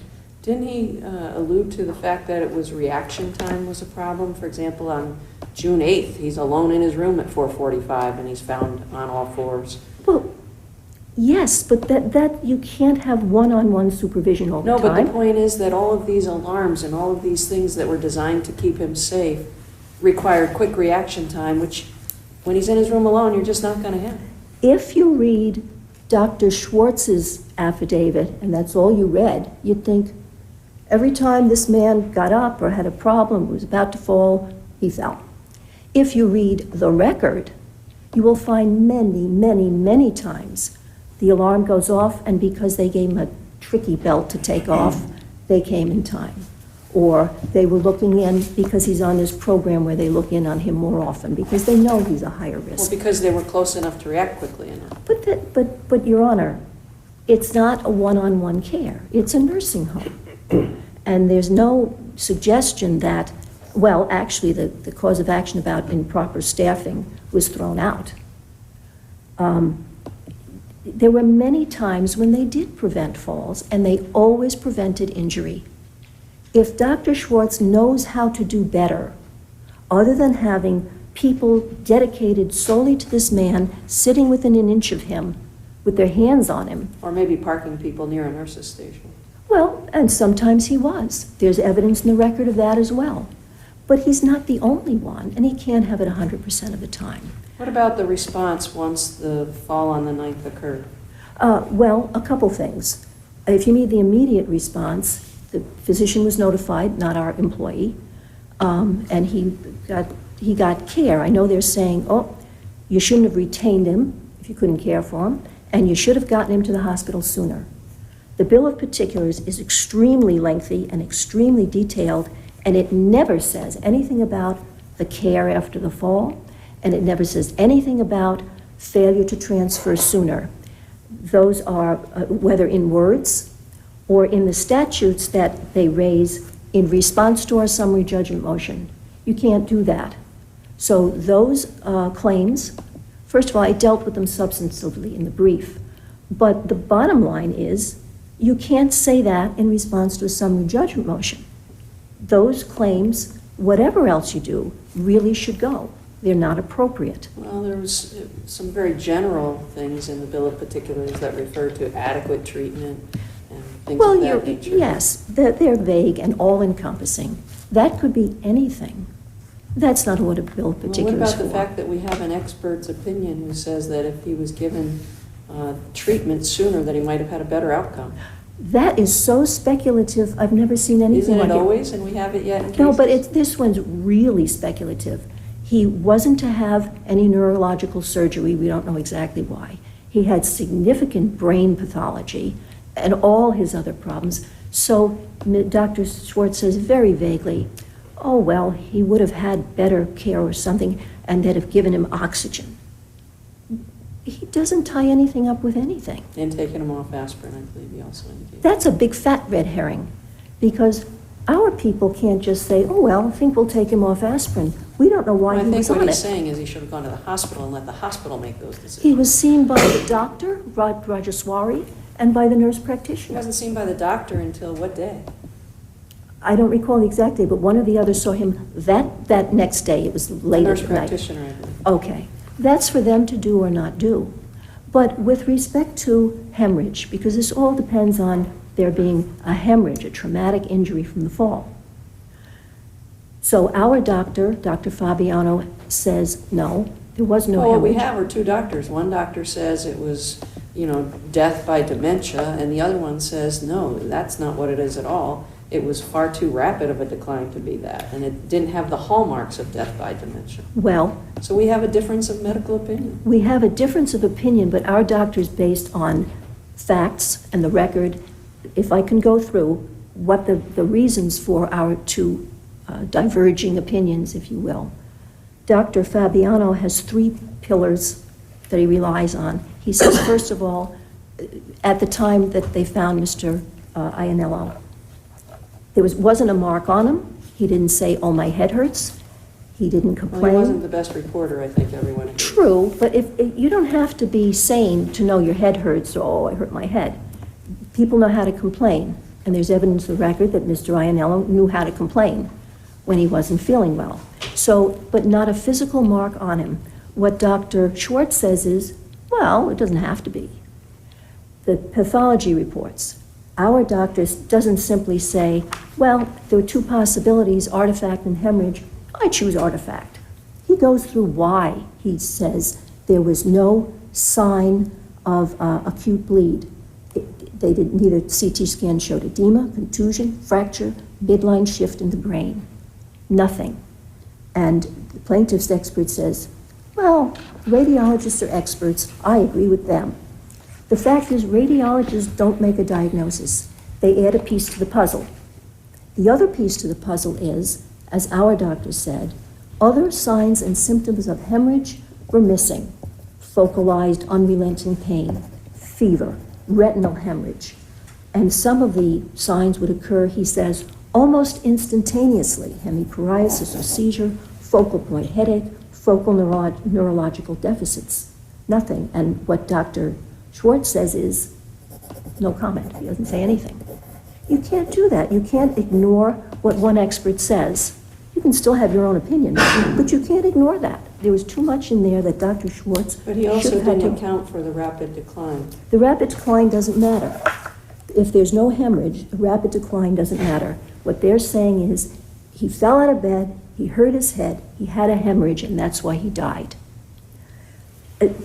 And here's the most bottom line, even if you're not with me so far, and I fear maybe you're not, or maybe you're just giving me a hard time. But here's the thing, our expert carefully considers, covers all the bases. He says, look, okay, I don't think it was a hemorrhage. In fact, medical certainty, all that. Let's say it was a hemorrhage. He gives 10 or more reasons that an elderly person can have a hemorrhage. In the elderly population, you can have a hemorrhage spontaneously. And he goes through all these things. It could be this, that, or the other thing. He says the most likely in this situation, damage to the blood vessel wall. And in fact, and this isn't disputable, Mr. Ianello had long-standing brain pathology, atrophy, and a lot of other things, including vascular-related damage. So our expert says, okay, if it's a hemorrhage, it lacks all the earmarks of an acute hemorrhage, and it could be any of these things, and it's most likely this. What does Dr. Schwartz say? Nothing. He doesn't acknowledge it. He doesn't say, oh no, it can't be that because, or it's way, way more likely because. He says nothing. He's required to do that. You can't ignore the other person's expert. You may want to wrap up. We have read the record in the briefs. So. May I just address really quickly the statute, the cross-claim? Sure. There were, I don't know how many statutory claims, many, many. The only ones that are mentioned in the cross-claim are a very few. Two of them are this wrong retention and failure to transfer sooner. And he cites 10 NYCRR, et cetera, and this, the CFR. As I said, neither in words nor by these statutory sections do we have any indication that these were part of the allegations until after we made our summary judgment motions. So those should not stand. The only other statutory allegation addressed is this vague, adequate supervision and care and prevent accidents. And Dr. Schwartz recites the words of the statute basically and says, okay, it's my understanding that Brothers of Mercy didn't comply. That's it. That's all there is. So everything with respect to the adequacy of the care and the proximate cause all applies to this argument as well. But it's Dr. Schwartz who never, if you read him once, you think, oh, this is pretty good. But if you read him again or carefully, he never says anything is a violation of the standard of care. He never says what would have prevented accidents generally in this place or would have prevented Mr. Iannello's accident either that day or any other day. He can't do that. He has to come forward with, you're no good, but here's what would have worked. He has to do that. That's the second piece. And in fact, we prevented all injury and many, many times when he otherwise would have fallen, and nobody can prevent all accidents. And you don't have to give 24/7, one-on-one, individual care to any individual. Even Dr. Schwartz doesn't really say that, because add that qualifier at the end. And even if you did, unless you're sitting in his lap, there'll be times he's going to fall anyway. Thank you very much. Thank you. Mr. Drum.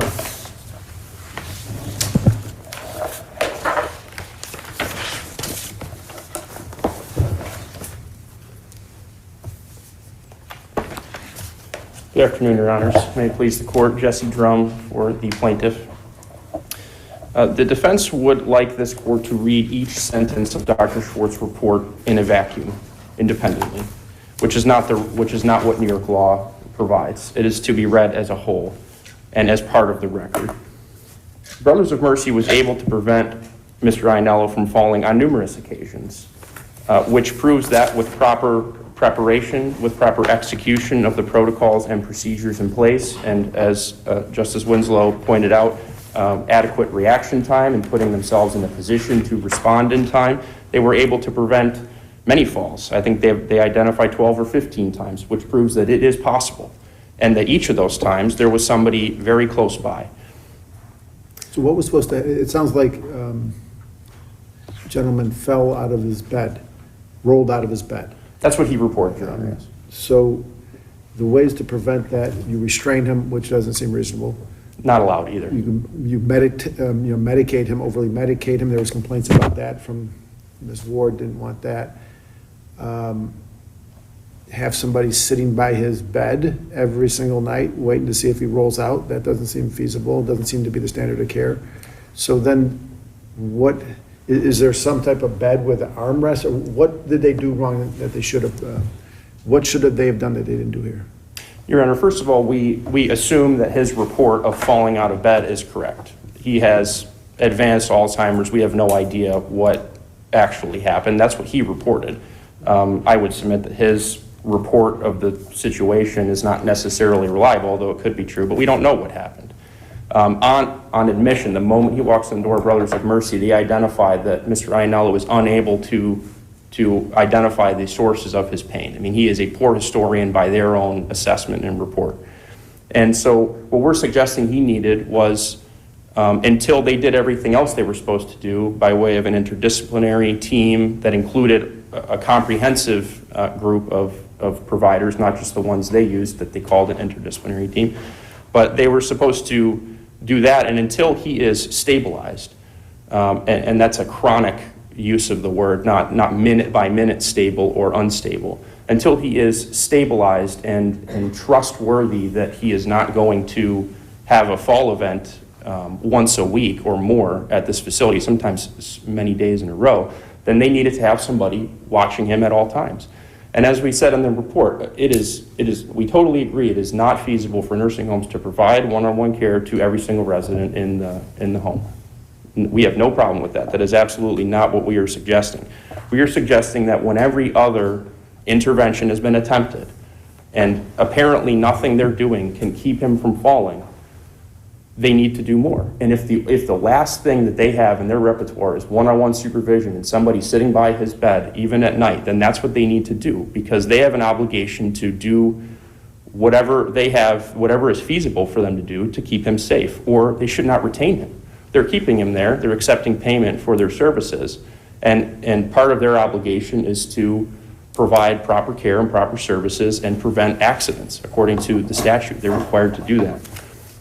And so if they felt that what they were doing wasn't working, they needed to provide one-on-one supervision until it was reasonable not to. And Dr. Schwartz's opinion about, while he was behaviorally or physically unstable, is being contorted.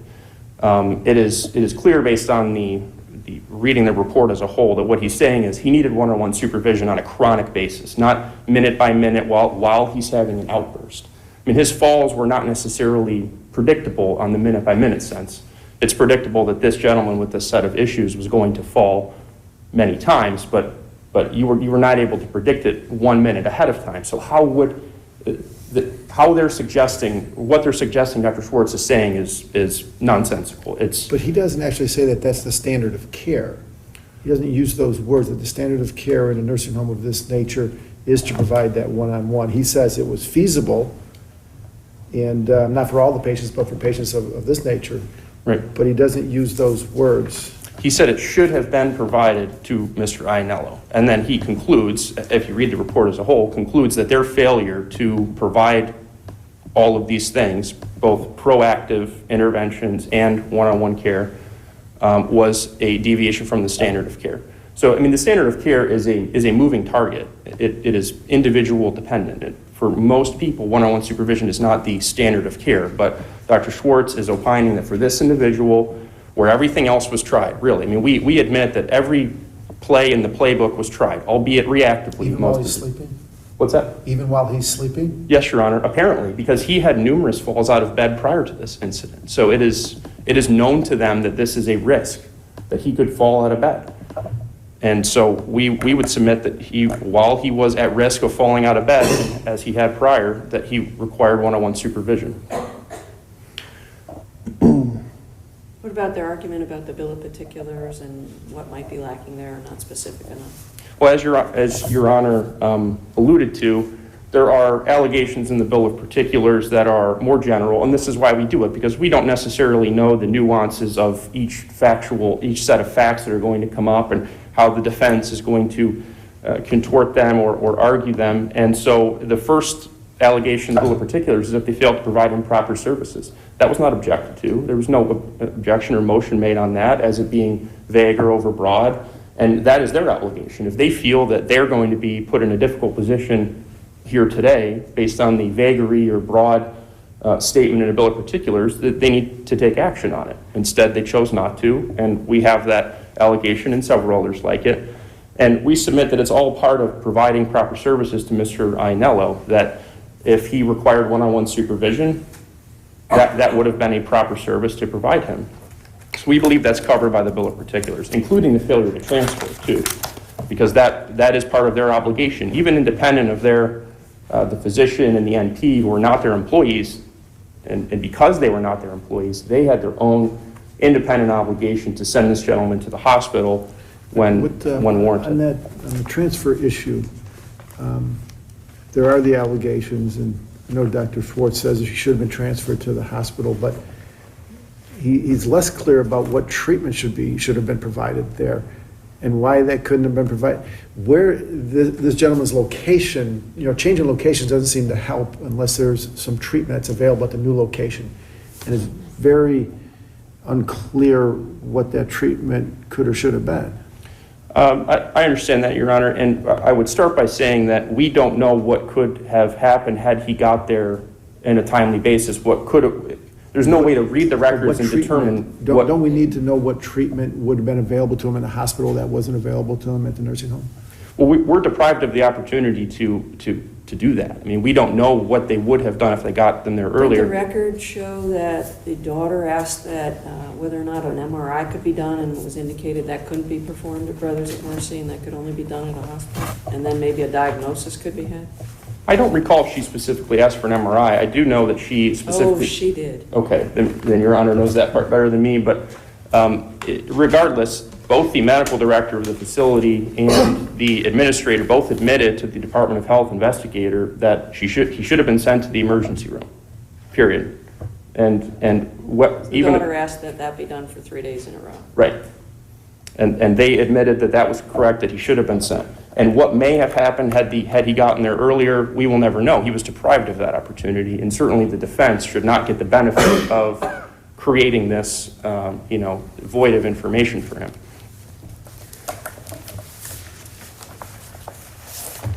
And Dr. Fabiano, interestingly, in his wisdom, never disputed that sending him to the hospital sooner couldn't have helped. Dr. Fabiano never once said, wouldn't have helped him a bit if he got there earlier. Of course it would have helped. And as one of your honors pointed out, he was on aspirin. And as soon as they got to the hospital and determined there was a bleed, they took him off the aspirin to slow the propagation of the bleed and help him resorb the bleed more quickly. That is, Justice Lindley, one example of what they could have done sooner. Who knows what could have happened? We don't know. I think we understand your argument. Thank you. Thank you.